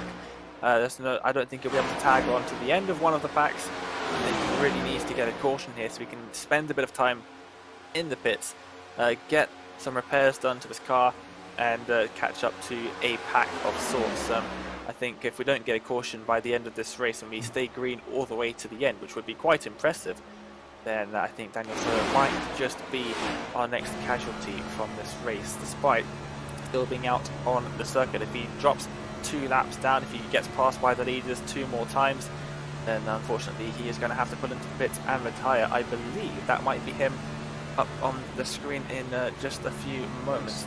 Is it on the outside? No, it's Lukomski, that is, Dominic It Lukomski, and that's important for Robert Erling, who's trying to get himself another position here. But Lukomski's not a slow driver, and he's not got a slow car either, so this is going to disrupt the rhythm of this group a little bit. They'll be praying that he gets to the back of it quite quickly, and they can get into line and sort themselves out here. But Erling and they could shoot themselves in the foot here. Erling and Lukomski stay side by side. The 5 in front just race on, and there's going to be some flapping and wailing behind as they try and stay in the pack. Are they going to? They might just be able to here, and it looks like it's given Marcus Hagman a bit of ambition to go get Fourniret, and I don't know why he's done that, because they could easily get themselves in contention for this race win if they form up properly. But this is not forming up properly at all now, and the two leaders battle side by side. We're back to square one with where we were in this group. They're not going to catch the 3 leaders while doing this, but if they form up, there's 7 of them. There's more of them. There's more than double of those guys up in front. They could easily catch these 3, but they are not staying organised enough to do it. Yep, it is the problem that they are facing. It's the problem they faced throughout this entire race since lap 15 when we got back going. Yeah, it is a very odd scenario. You'd think that they would realise that they're losing time by doing this. They have the relative box to their disposal. They could be using that and saying, okay, every time I fight with this driver alongside me, I'm losing time. But when we're single file, we're gaining on them. You'd think that they'd just be able to work this out, but it doesn't seem like they have. And unfortunately, they keep going side by side with each other. It looks like we're looking at Lundberg, possibly on the in the inside. No, it's not Lundberg. It's it's the lead. Oh, this is huge. This is the leaders. The lead pack. In a lot of traffic. They are in a lot of traffic, but they might be able to grab a few friends here and maybe increase their pace likewise. So this could actually be helpful. They're going to have a bit of pain over these next couple of laps as they try and sort their way through here. Broström looks like he's finally got to the head of it, but this is Tony Uvinen, Paul Mazier, and also Andre Solander, who have both put a lap down now. They might well end up fighting over that final position, the first man at 1 lap down, because of course, if you are the first one a lap down, then you can get the lucky dog and get a free pass to the lead lap again. But they've formed up now, so now it's 6 versus 7 in these groups all of a sudden, and the favour starts to tip towards the leaders once again. Despite the fact they've lost a couple of seconds over this stint so far, they've now got some new friends who might be able to help them to extend that lead again. But let's see how organised they're going to be. The problem that they have now, the leaders, is that the drivers behind them on slightly fresher tyres, they might not want to hang back and just chill out in this pack, and they might want to fight, and that would be a problem for the leaders. They would definitely be losing time, risk getting wrecked out of the race, of course. That's the big one, the big worry for the drivers maybe. But yeah, not quite ideal there, as it looks like Blixt has taken the lead. He has indeed. By the looks of it, Linus Broström is dropping back to the back of the pack now. Whether he's going to get overtaken by Tony Uvinen is another problem, and it could be a problem in a few moments' time if the two come into contact, but they don't. So Eric Blixt now hits the lead. He's going to get 5 points for leading a lap as well. I believe it's the first one of the day, but he's led laps in most of the races so far. I think possibly all of the races this season, but I've not got a proper stat on that one, so hang fire on that. But certainly going to get a few laps for a few points for leading there, and so he does indeed. 6 of these cars are now involved, by the way, but those guys are battling behind again.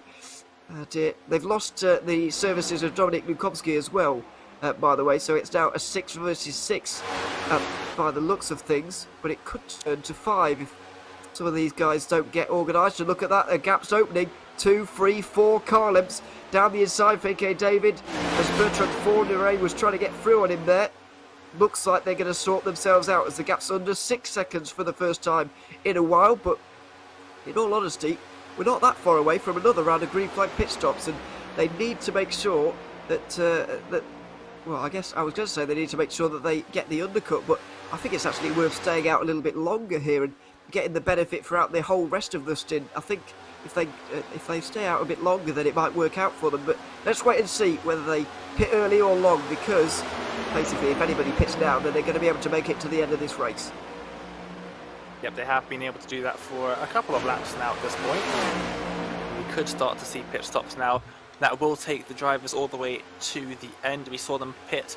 The longest stints that we saw were around about 62, 63 laps in the opening round of green flag pit stops, so easily enough laps left in the race to do that once more and have another third stint that will even be a bit shorter than they need it to be. So yeah, definitely within the pit window now, and the pit window should, for these drivers up at the front, Blixt, Adam and Brostrom, they should be pitting more or less on, I would say, in 13 laps or sorry, 23 laps or so.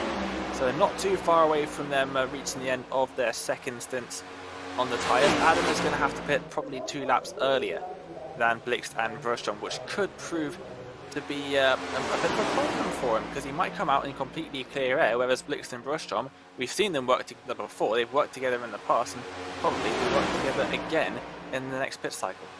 They may well do, as this group behind begins to get very feisty with 6 cars involved.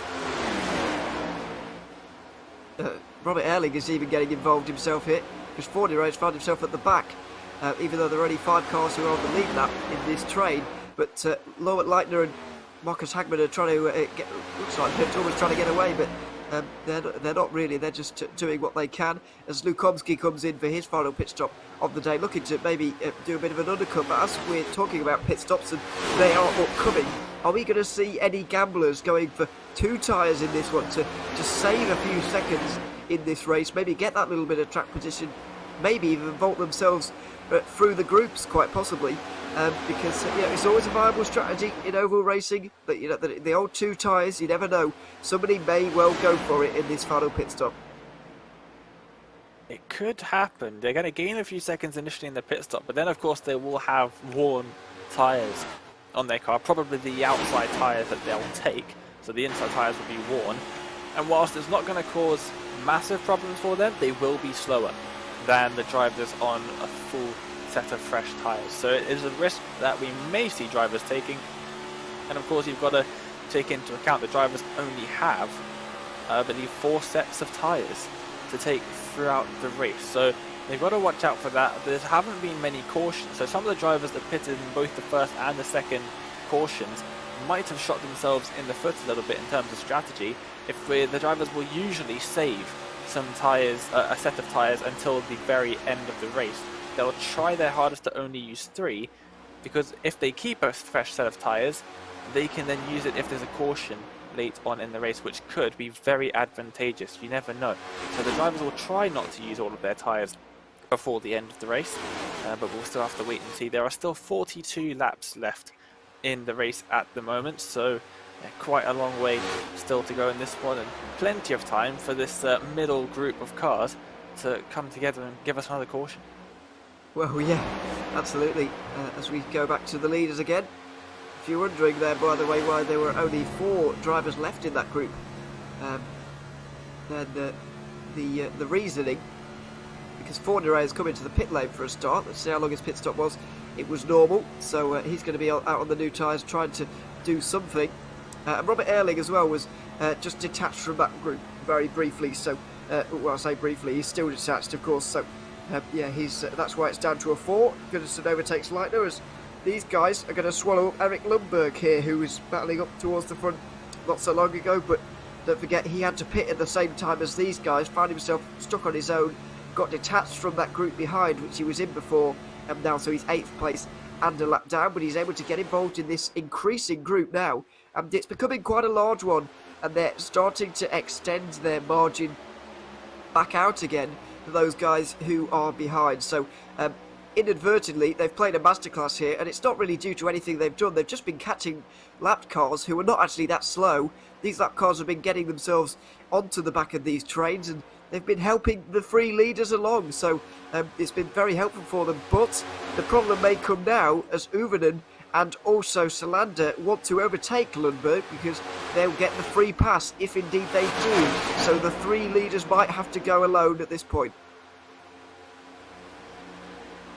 Yeah, it might come to that point, but I think the lap cars helping them is that it can be even a little bit selfish for them, because if you help someone out at this point in the race and you can help them extend the advantage from the drivers behind and not get in their way and actually help them, it's far more likely for them to do the same for you later on in the season because the roles are reversed. So it definitely is worthwhile helping out the drivers in front. They're not having any disadvantage from it. The lap cars, they're getting pulled along, essentially, and they're helping out the lead cars as well. So it's a win-win situation for the lap cars, which is why they're more than happy to help out the leaders at this time. The problem starts when you've got a group of 4 drivers behind the leaders that now want to start racing with 39 laps left in this race. As it looks like a couple of the front running drivers, let's see how many laps have they done, nearing on 50 laps on these tyres, so I'd say 10 to 15 laps until we start to get that second round of green flag pit stops. And that might shake up the field a bit. I feel like Kevin Adam is at a bit of a disadvantage, having to pit a bit earlier. I think Blixton and Rochon could work together to maybe come out just a little bit further ahead of him than he would have liked. Well, let's see.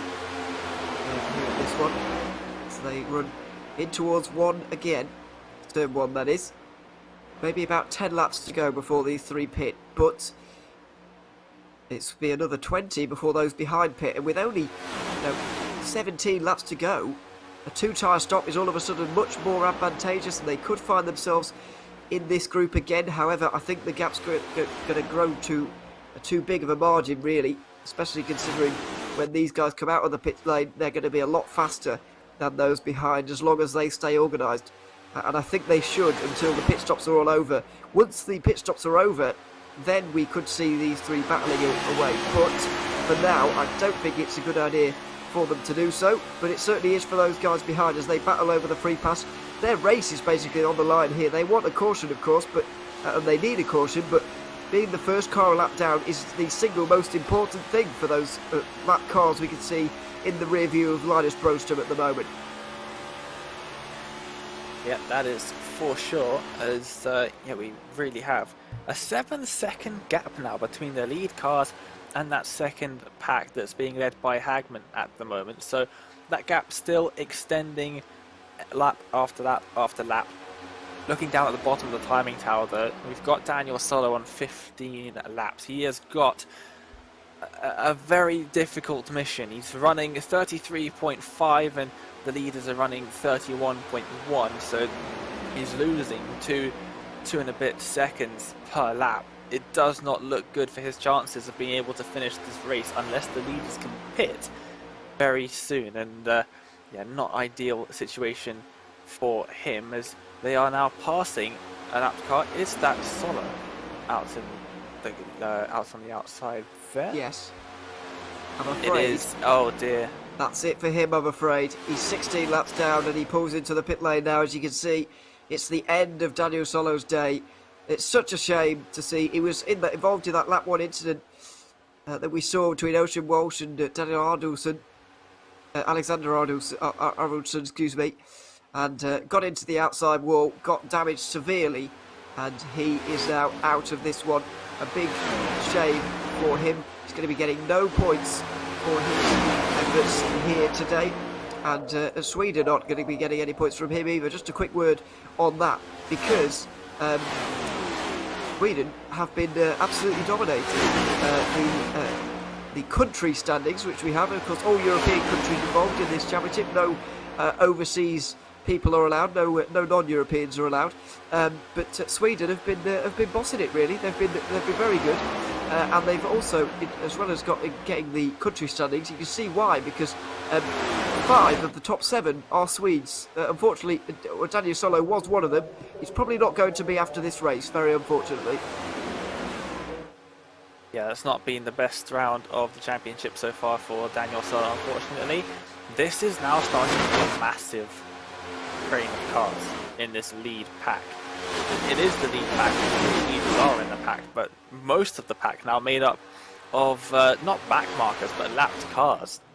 and it could end up getting a little bit hairy as they are starting to go side by side now, just behind the leaders. So the leaders are going to be watching this thinking, uh-oh, better get out of this one, as we're on to lap 57 on Kevin Adams, actually 58 on Kevin Adams' tyres. So he is very close to make his second pit stop of the race. I would reckon 5 laps or so to go until the drivers make those pit stops, and we'll see.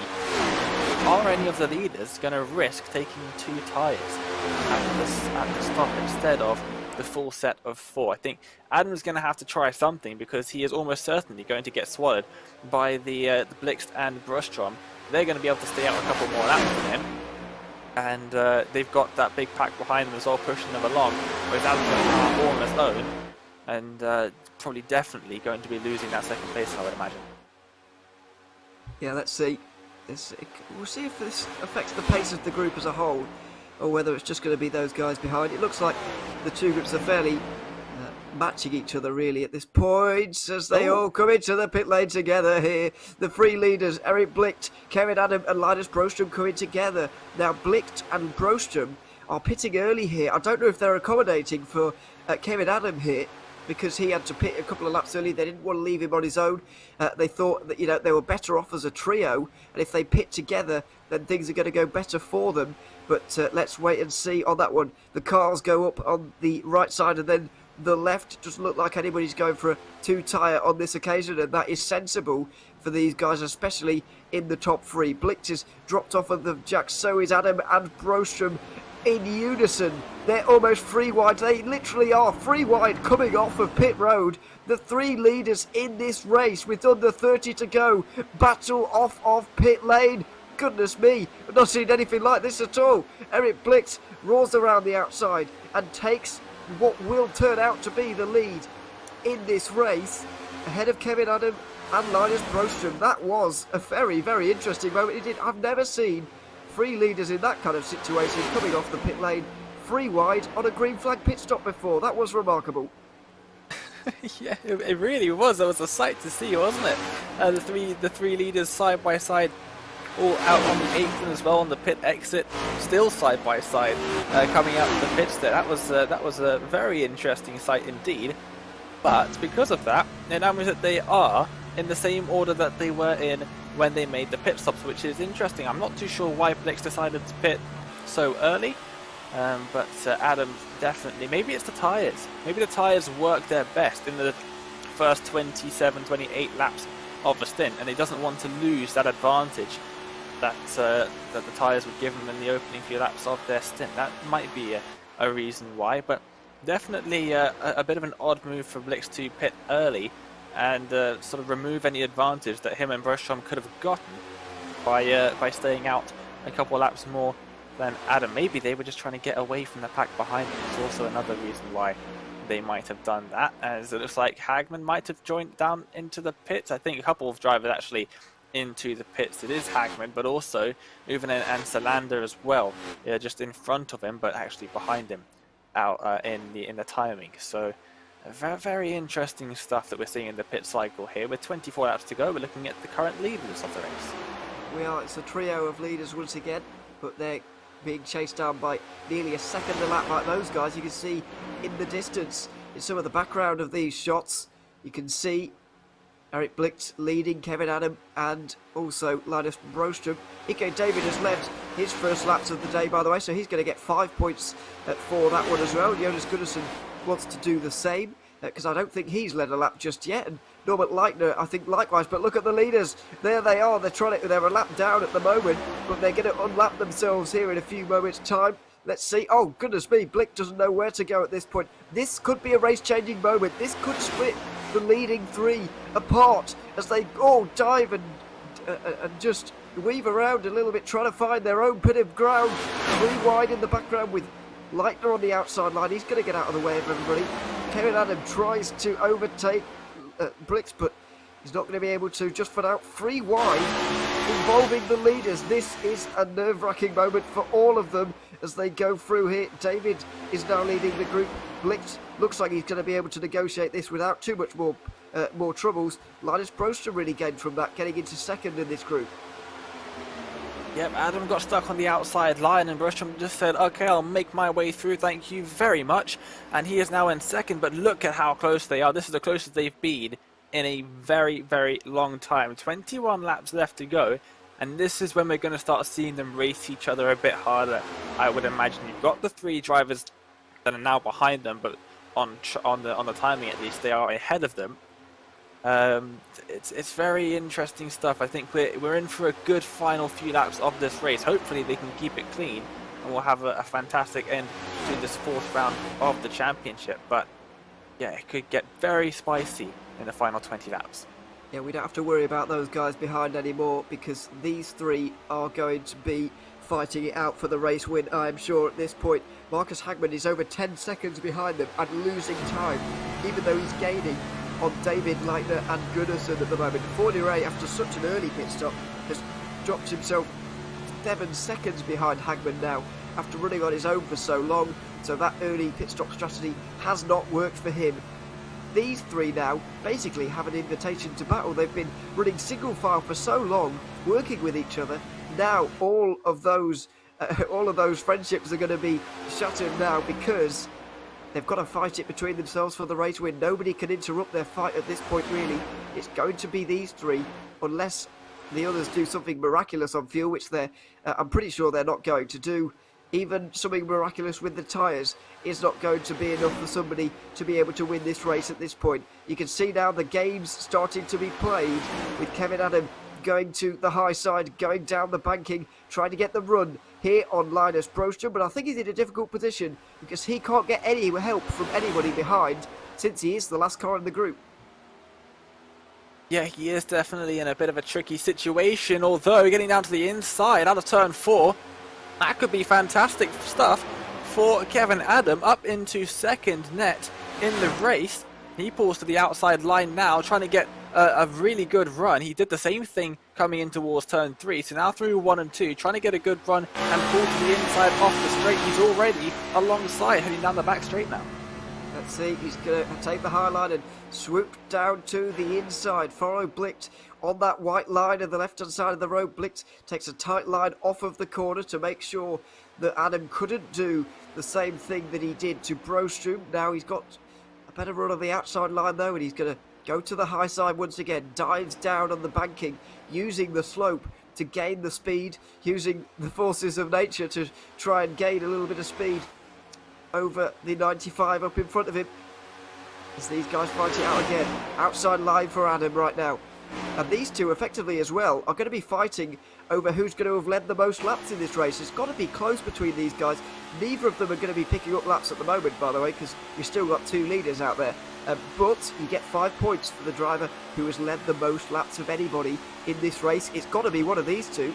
And there's not many laps for them to fight over it, so they're fighting over the 15 points of a race win, and also the 5 points for leading the most laps. The 15 points being the gap between first and second in points, and considering that Blix is very much involved in the championship, Kevin Adam could get himself involved if he strings a few good rounds together. This is a very important fight in the course of this championship.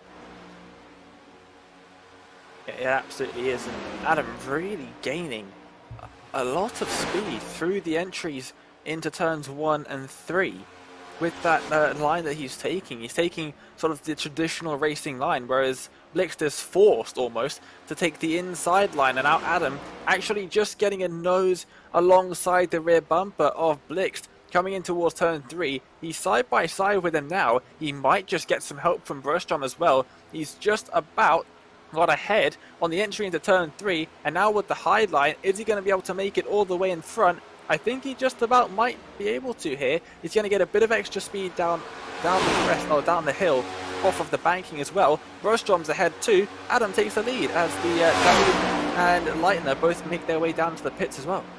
Yeah, they take 2 tyres, those two, so they've been able to get themselves in 4th and 5th. I think they're going to stay there as well, unless Marcus Hagman can close that margin. For all intents and purposes, though, it looks like Eric Blicht is going to be taking the lead in this championship because Kevin Adam is in 10th place at the moment. Linus Prostrom is in 4th and 25 points behind him. So I guess if Prostrom wins and Blicht is 3rd, then things could change around just a little bit. But other than that, it's not looking good for Marcus Hagman, who is in 6th place at the moment and could well lose 43 points today if he is not careful, if indeed Eric Blicht gets the race win. But of course, it's a very close championship. There's still half of the round to go, and a drop round, of course, as well for him to use. So he should be absolutely fine in this one. Let's wait and see, though, as this battle for 4th also continues on. A good strategy from these two to take 2 tyres and get themselves much ahead of Marcus Hagman, who's had the opportunity of 4th place stolen away from him in this race. Yeah, Hagman really is. He's just got involved in those battles in that second group of cars way too often. Obviously, he needs to sort of get to the front of those, but I think he just had Forneray and a couple of other drivers there as well, just disrupting his race plan. I think he was trying a little bit to make his way up through the field, and then got to the front of that second train, and it was just really not working out for him. And yeah, he's down at 6th at the moment. Out of turn 4 though, 10 laps to go here at Las Vegas. And 3 leaders with a massive ambition to try and win this one, as Eric Blicht is doing the old Kevin Adams strategy, possibly on Kevin Adams here in a few moments time, but let's wait and see. These guys aren't quite as close as they were a few laps ago, and it is difficult to overtake here at this circuit, even though it's so wide open and there's a few lines. It's not quite like a super speedway. We've been speaking about pack racing all of the time, and you know, these different lines and so on and so forth actually do work on super speedway more often than they do here. There's less lines that you can really use here at Las Vegas, so it is different. And when you're in a group of 3 like this, it's exceptionally hard, because ideally Broström needs the help of Blicht right now, for example, to actually get into the lead. And whether he's going to get that or not is a different story.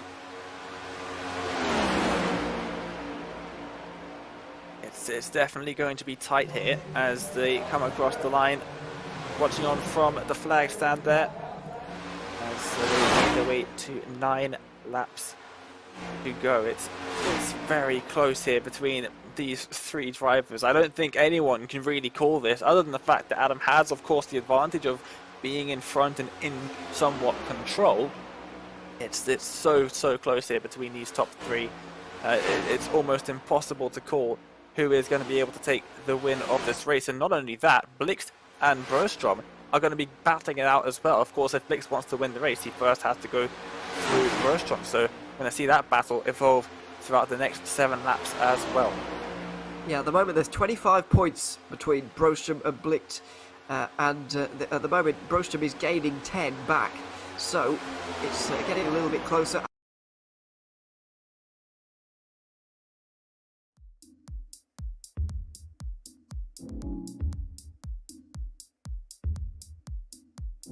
Down, so it's difficult for him to really do much. One of Broström's teammates is in front of these guys right now. I'm not sure quite which one, but there is a teammate of Linus Broström up in front. This could be absolutely crucial, because we're speaking about you need somebody to help you, push you to glory in this one. Well, there's one man now in this group who will have absolutely no problems at all with pushing Broström to victory.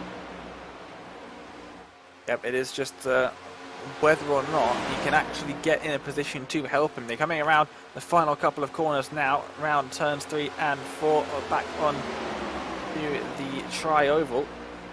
6 laps to go, 5 laps to go. Sorry, as the timing tower updates. There goes that car to the outside. And I think it is Erling on the outside. Now, is there going to be any help given? Here's you go. This is very exciting stuff. As the lap car getting involved. No, it's like he's just about dropping back in this. A single file for now, but across the line, 4 laps to go. It's getting close here. Going to need to make a move before long, because there is not long to go in this race. Only about 2 minutes for Brostrom to do anything. Blix goes to the high side and might try and get through, but he cuts in. He doesn't want to let Erling get involved here, because that would mean Brostrom would steal a victory, quite possibly. Inside line for Brostrom. Kevin Adams just left the door open. And through 3 and 4, Linus Brostrom is going to take the lead here at Las Vegas. There's contact between the two. Kevin Adams holds on to it. Robert Erling has to skate across the grass and keep things pointing forward so that his teammate doesn't lose the race. Kevin Adams going to be third in this one because of that little bit of contact. Let's take another look at it. It's a big moment in this race. Eric Blick looked like he just couldn't hold the white line and drifted up into the side of Kevin Adams. Well, what an end. I think this is the end of the race here right now, because it is almost impossible to overtake in a group of two, as we saw with Blixt and Adam for the longest time up at the front of the race. 2 laps to go as they come across the line. Brostrom is in the best position possible to take the win of this race. He's coming through turns 1 and 2 now. He's only got 6 corners to go, and he will take the win in round number 4. Let's see if he can. Blix just shows his nose to the inside. Only 6 corners to go, including these 2. As we go through 3 and 4 for the penultimate time of asking, Blix has got it all to do right now to try and win his second race of the season. White flag in the air in Las Vegas. And we'll see if Blick can indeed take his first win of the season, Brostrom has not been able to clinch one yet either. We're going to have another new winner in the European E-Racing League for 2021. It's a 4th different winner in 4 races, but who's it going to be? Is it going to be Brostrom? Is it going to be Blick? It looks like the 71's going to hold on. Blick showed his nose to the inside, but couldn't quite time it deep enough into 3 and 4. So Linus Brostrom in the 71 car is going to win in Las Vegas and become the 4th different winner in 4 races in the European E-Racing League for 2021. A great race that went on right to the very end. Kevin Adams going to be gutted with how his race, or his challenge for the win, ended at the end. But Blix is going to take the championship lead at the halfway stage after a fantastic race, but it's the Chevrolet of Linus Brostrom who takes the win there, Dane. Yeah, absolutely fantastic stuff from him there in that 71 machine. Catching up from the front of that big old pack near the start of the race, back up to the lead 2, and then sticking with them ever since, before getting the lead of the race in the dying moment. Fantastic result for the number 71 machine, and we're going to get some victory donuts. We are indeed, from Linus Brostrom, and boy does he deserve them. What an unpredictable season it's been so far, with Ocean Walsh winning the first race, Cyril Nussbaum at Nashville 2 rounds ago, and the last time out was Marcus Hagman. This time it's Linus Brostrom who's taken the race win, and by my reckoning Eric Blix is going to be in the championship lead by 5 points, assuming the points for the most laps go to Kevin Adam, who comes home 3rd in the end behind those 2. Norman Leitner is in 4th ahead of David Eke. Those 2 had a great battle towards the end that we were not focusing on because there were more important things going on, but it was a good fight. Leitner came out on top. Marcus Hagman came home 6th, once again ahead of Jonas Gunnarsson. Bertrand Fourniret was the final man on the lead lap ahead of Tony Uvernen in 9th, Andre Solander in 10th position. Then it was Eric Lundberg and Robert Erling who could have been involved late on. Paul Mazur as well, who got to the end. Dominik Lukomski didn't, I'm afraid, alongside Daniel Solo, Martin Kapow, Ocean Walsh and Alexander Arudson for that particular race, all retiring. As I mentioned, Eric Blix is going to be the new championship leader, I believe, assuming the points for most lap then go to Kevin Adam, by 5 points ahead of Linus Brostrom. Marcus Hagman is going to be 24 points back. It's an exceptionally exciting championship, Dane. It's been a good race, and it sets us up perfectly for the second half of this season. Yeah, absolutely. It was a thrilling race from start to finish. 2 groups of cars battling it out, and yeah, that pass for the lead at the end. Awesome racing. I really enjoyed this, and it definitely does give us a good entrance into the second half of the season. It does indeed. I hope everybody at home has enjoyed it as much as we have enjoyed producing it for you here today. My name's been Ewan O'Leary alongside Dave Burden. And Una Kankipati has been behind the cameras for this one. Don't go anywhere though. We've got the post-race show coming up here in a few moments' time. But from us here at Racebot TV, it's goodbye for now.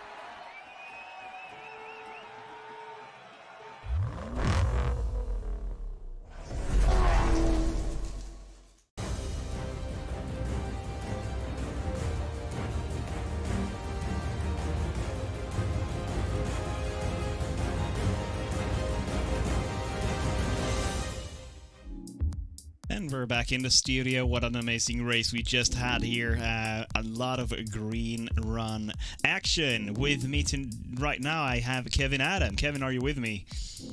Yeah, hello. Hi, congratulations on your third position tonight. How does it feel? Yeah, the race was quite boring, honestly, with this car, but at the end, I got a little bit upset with 3 laps to go because of that little touch, but on the end, it was a good race and a good finish. Honestly, obviously, you and Brostrom and Blixt were on a different strategy than everybody else. Talk me a little bit through that. How did you make that decision? Yeah, I think it's all because of some cars pitted on one of the first 2 cautions, or the only 2 cautions, and we just stayed out, so we had less fuel than the other guys, so we had to pit earlier. I didn't know before the first pit stop who was on my same strategy or who had the same fuel than me. So at the end, I had Linus and Eric, who are 2 good drivers, so I was quite happy to be in a good pack. And we just tried to pull off from the pack we had behind and to gain time with the guys who didn't pit it. And at the end, I think it was worth it. We had a nice pit exit also in on 3Y, so it was quite funny. Vegas, obviously, super speedway-like with the next-gen car with the patch that is being used right now. We're obviously waiting for iRacing and NASCAR to give us the new updates on this car in the future, which they are working on currently. You're a little bit critical about this car. Tell me more about that. Yeah, at least with this error package. I know the error package is the actual one from the actual Gen 6 car. But I don't know, all cookie cutter or 1.5 milers are just like a mini Daytona, so we had to lift.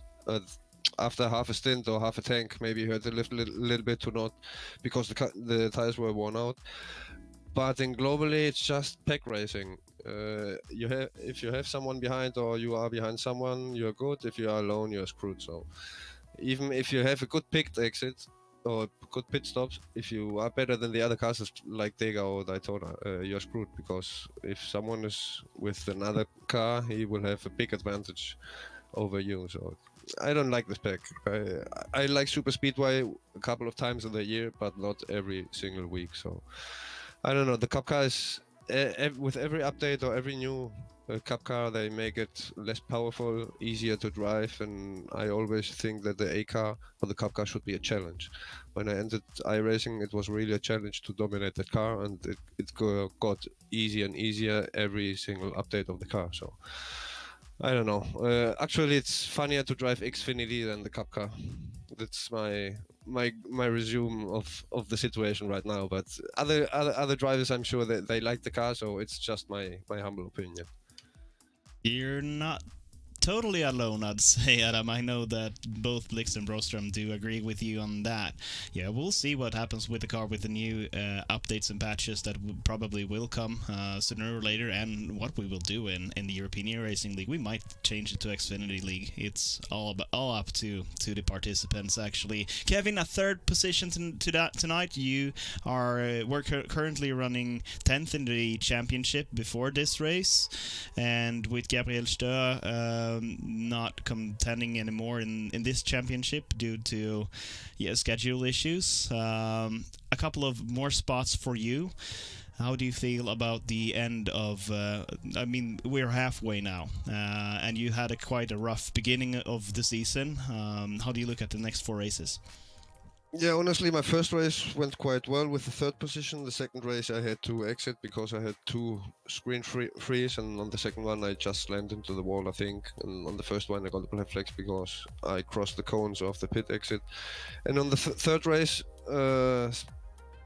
Gabriel slammed into me. He lost the car on the apron of turn 2 in Phoenix. So I'm just not looking at the championship. Honestly, I didn't look in which position I am. I just come every race to have fun, to finish as good as possible, because I always appreciate when someone organizes a NASCAR championship in Europe. So I try to support all I can and to attend every race, even if I'm not in a good position. So as I mentioned, I'm not looking at all the standings. I'm just coming, racing, having fun, and trying to get the best of each single race. And let's see how I end the championship. Maybe I am still able to approach the top 3, but as I mentioned, I'm not checking the points, just running every race and step by step. Thank you for the support. We love you to have you here in the European Racing League, Kevin. Good luck in 2 weeks when we will be back at Pocono. Thank you, guys. Thank everyone behind the screens, in front of the screens, and on the track.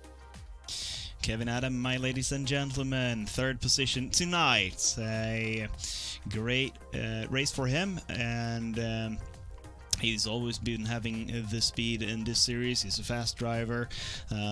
Not really friend with this car in particular, because it's quite too easy to drive, and that's something that I personally like to hear from the drivers. I mean, that they're looking for another tougher challenge. We'll see what Eric Blix has to say about that. We'll talk with him in a couple of minutes or seconds, depending on if we have him. Eric, are you with me? Yes, I'm with you. 2nd place tonight. How does that feel?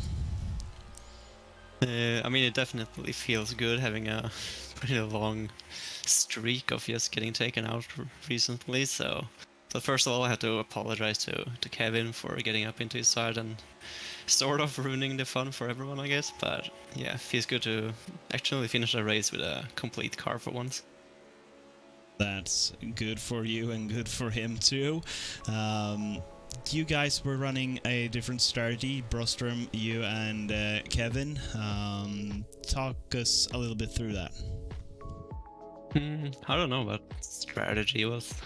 Fuel ran out and we went into the pit, so pretty much just ran out the tank and went with it. I mean, it worked out, so it wasn't really a strategy race after the field got split up. So obviously a winning strategy tonight, and you've just become a father. Congratulations to that. How does that feel? Thank you. Oh, it's a change actually, but yeah, it's a lot of fun actually a lot of fun, and not more time for practice. No. There wasn't really any front to start with, so Kevin was talking about this car being quite easy to drive, and with you don't having too much time to practice, this car might suit you well then. But I mean, it's easy to drive for everyone, so. But I mean, yeah, I like it when the car is moving around a lot. So the car is easy to drive, but it's very hard to like get somewhere. You can't really out-drive anyone, so that's one part I don't really like about it. Pack racing and full speed around here. Pocono will be the next race in 2 weeks. How do you feel about Pocono? Super speed with 3 corners. So Super speed more with 3 drafting, I corners. guess. Yeah, we've done some testing here a few months ago. Well, yeah, it's gonna be different for sure. Yeah, a lot of long straights to draft, so hopefully a lot more movement in the field and not as like static as it's been today. Not as static. You're leading the points championship and the drivers championship right now. Is there anybody you want to thank before we carry on with this broadcast? Well, it's just everyone at Alcantech and all the sponsors, SimLab and Nima Racing. Of course. Thank you, Eric. Congratulations on your 2nd position tonight. Thanks. Eric Blixt is our championship leader right now, and a solid 2nd position for him tonight with a chance to win, but the winner tonight was Linus Broström. He's maiden win here in the European E-Racing League. It will be really interesting to see what he has to say about strategy, qualifying, because he didn't qualify in the top 5, so and obviously that wasn't the important thing here tonight, but racing with Blixt Adam for the whole night. And we will in just a second have him here with us. Let's see if we can get Linus on the line. Hello. Congratulations to your first victory in the European E-Racing League, Linus. How does it feel? It's a relief, if anything. First win of the season in any of the series that we run, so it's nice to finally get that monkey off my back and get the first win, and it's what a way to do it as well. A massive long run at the end, 2 pit stops, and battling some of the best drivers in the series and somehow getting the win. It feels great. Just a bit bummed for my teammates there, but still I think a pretty solid effort considering where we were after the first couple of incidents. Solid effort. What went through your mind making the decisions with your strategy? Well, early on it was just a train. I was in like 4th or something, and we had was it Kevin and Eric at the front, and I thought, well, I'm not going to sit here for 149 laps, so I went up side by side and started trying to race, which obviously let them get away. But I was somewhat expecting a caution later, so I didn't really care about that, because I thought I'm not going to just sit here the whole night and do nothing. So that made it a bit interesting for us, and then when we finally got back to single file, we caught up to those two, and then thankfully they started racing behind us again, so we could get a slight gap. And then when I started running out of fuel, Kevin, I think it was, pitted first, and then I just pitted after him with Eric, and the 3 of us just stayed together the whole race. And then on the final pit stop, I wanted to put myself at the back so I could pit with them. And when Kevin said he's going to pit, Eric said the same, and I went in with them. And then I don't know if you saw, but we went 3 wide out of the pit lane, trying to be the leaders. And from that point on, it was just trying to position yourself for the last few laps. And as we were catching Robert there, my teammate, with like 6 or 7 laps to go, I thought that, well, if everything goes wrong here, at least I've got Robert to help me out, and those two are going to race each other. So we're 2v1 here, and then I think Eric saw that and pushed me past Kevin to get me in the lead while Robert was at the back. And thankfully those two came together, and from that point on I just needed to put the air on Eric's nose, and there was nothing he could do. So it's just wanting to stay with those guys and keep it clean all race, and then thankfully it worked out at the end. A long green flag run here, just 2 cautions, and the decision that changed everything was staying out of that caution, because that's what you, Blixt Adam, and actually Lundberg did different to the rest of the field, and then you kept to that strategy. It's really interesting to see this. All my notes in afterwards of the race. Linus, next race will be at Pocono. How do you feel about that? Well, at least on that track you have to lift in the corners and somewhat drive the car, but I think that's going to allow for even more drafting and passing down a straightaway. So momentum is going to be key, and if you're on your own there against 3 or 4 teammates that are working together, you're going to end up 5th in that battle. So keeping a clean car, keeping the momentum, that's going to be the key factors, I think. But I think it's going to be a fun race compared to this track. It's going to be some racing at least, and then I think after that we head to Talladega, and then we finally have another track where we actually race the car. So looking forward to that, but that's like 4 or 5 whatever weeks away. So Pocono is going to be fun anyway, I think. Before we end this broadcast, is there anybody you want to thank? First of all, the team, Marcus, Robert, and Alex, and everybody else who ran in the Swedish league on Thursday for all the work they put in. You guys for doing the broadcast, and the guys over at RaceSpot obviously always doing a great job as well. Part of that team myself, so I know how much work goes into all these broadcasts. And Eric and Kevin for having a great race together there and keeping it clean all the way up to the end. Obviously that incident at the end kind of took the racing away from us on the last couple of laps, but still a great race all the way through. So just thanks to everybody involved and to everybody watching. Congratulations to you, Linus, and to Force Esports for their maiden victory. Not for, for the team too, their maiden victory in this series. And see you in 2 weeks in the European E-Racing League. Thank you very much. Linus Broström finishes on top tonight after a race with 2 cautions, one in just the beginning and the last one in lap 13. A massive green run race here with over 145 laps during green, and staying out was the winning strategy tonight. We had 3 drivers who kept to that strategy. They all finished 1, 2, 3, and obviously they never left their draft pack. They were cooperating with each other and competing in the same way, and that's how you do this kind of pack racing, super speedway racing, as we've been talking about the whole broadcast more or less. And a little bit of contact between Blixt and Adam in the end, which left Broström to snatch the lead and later the win.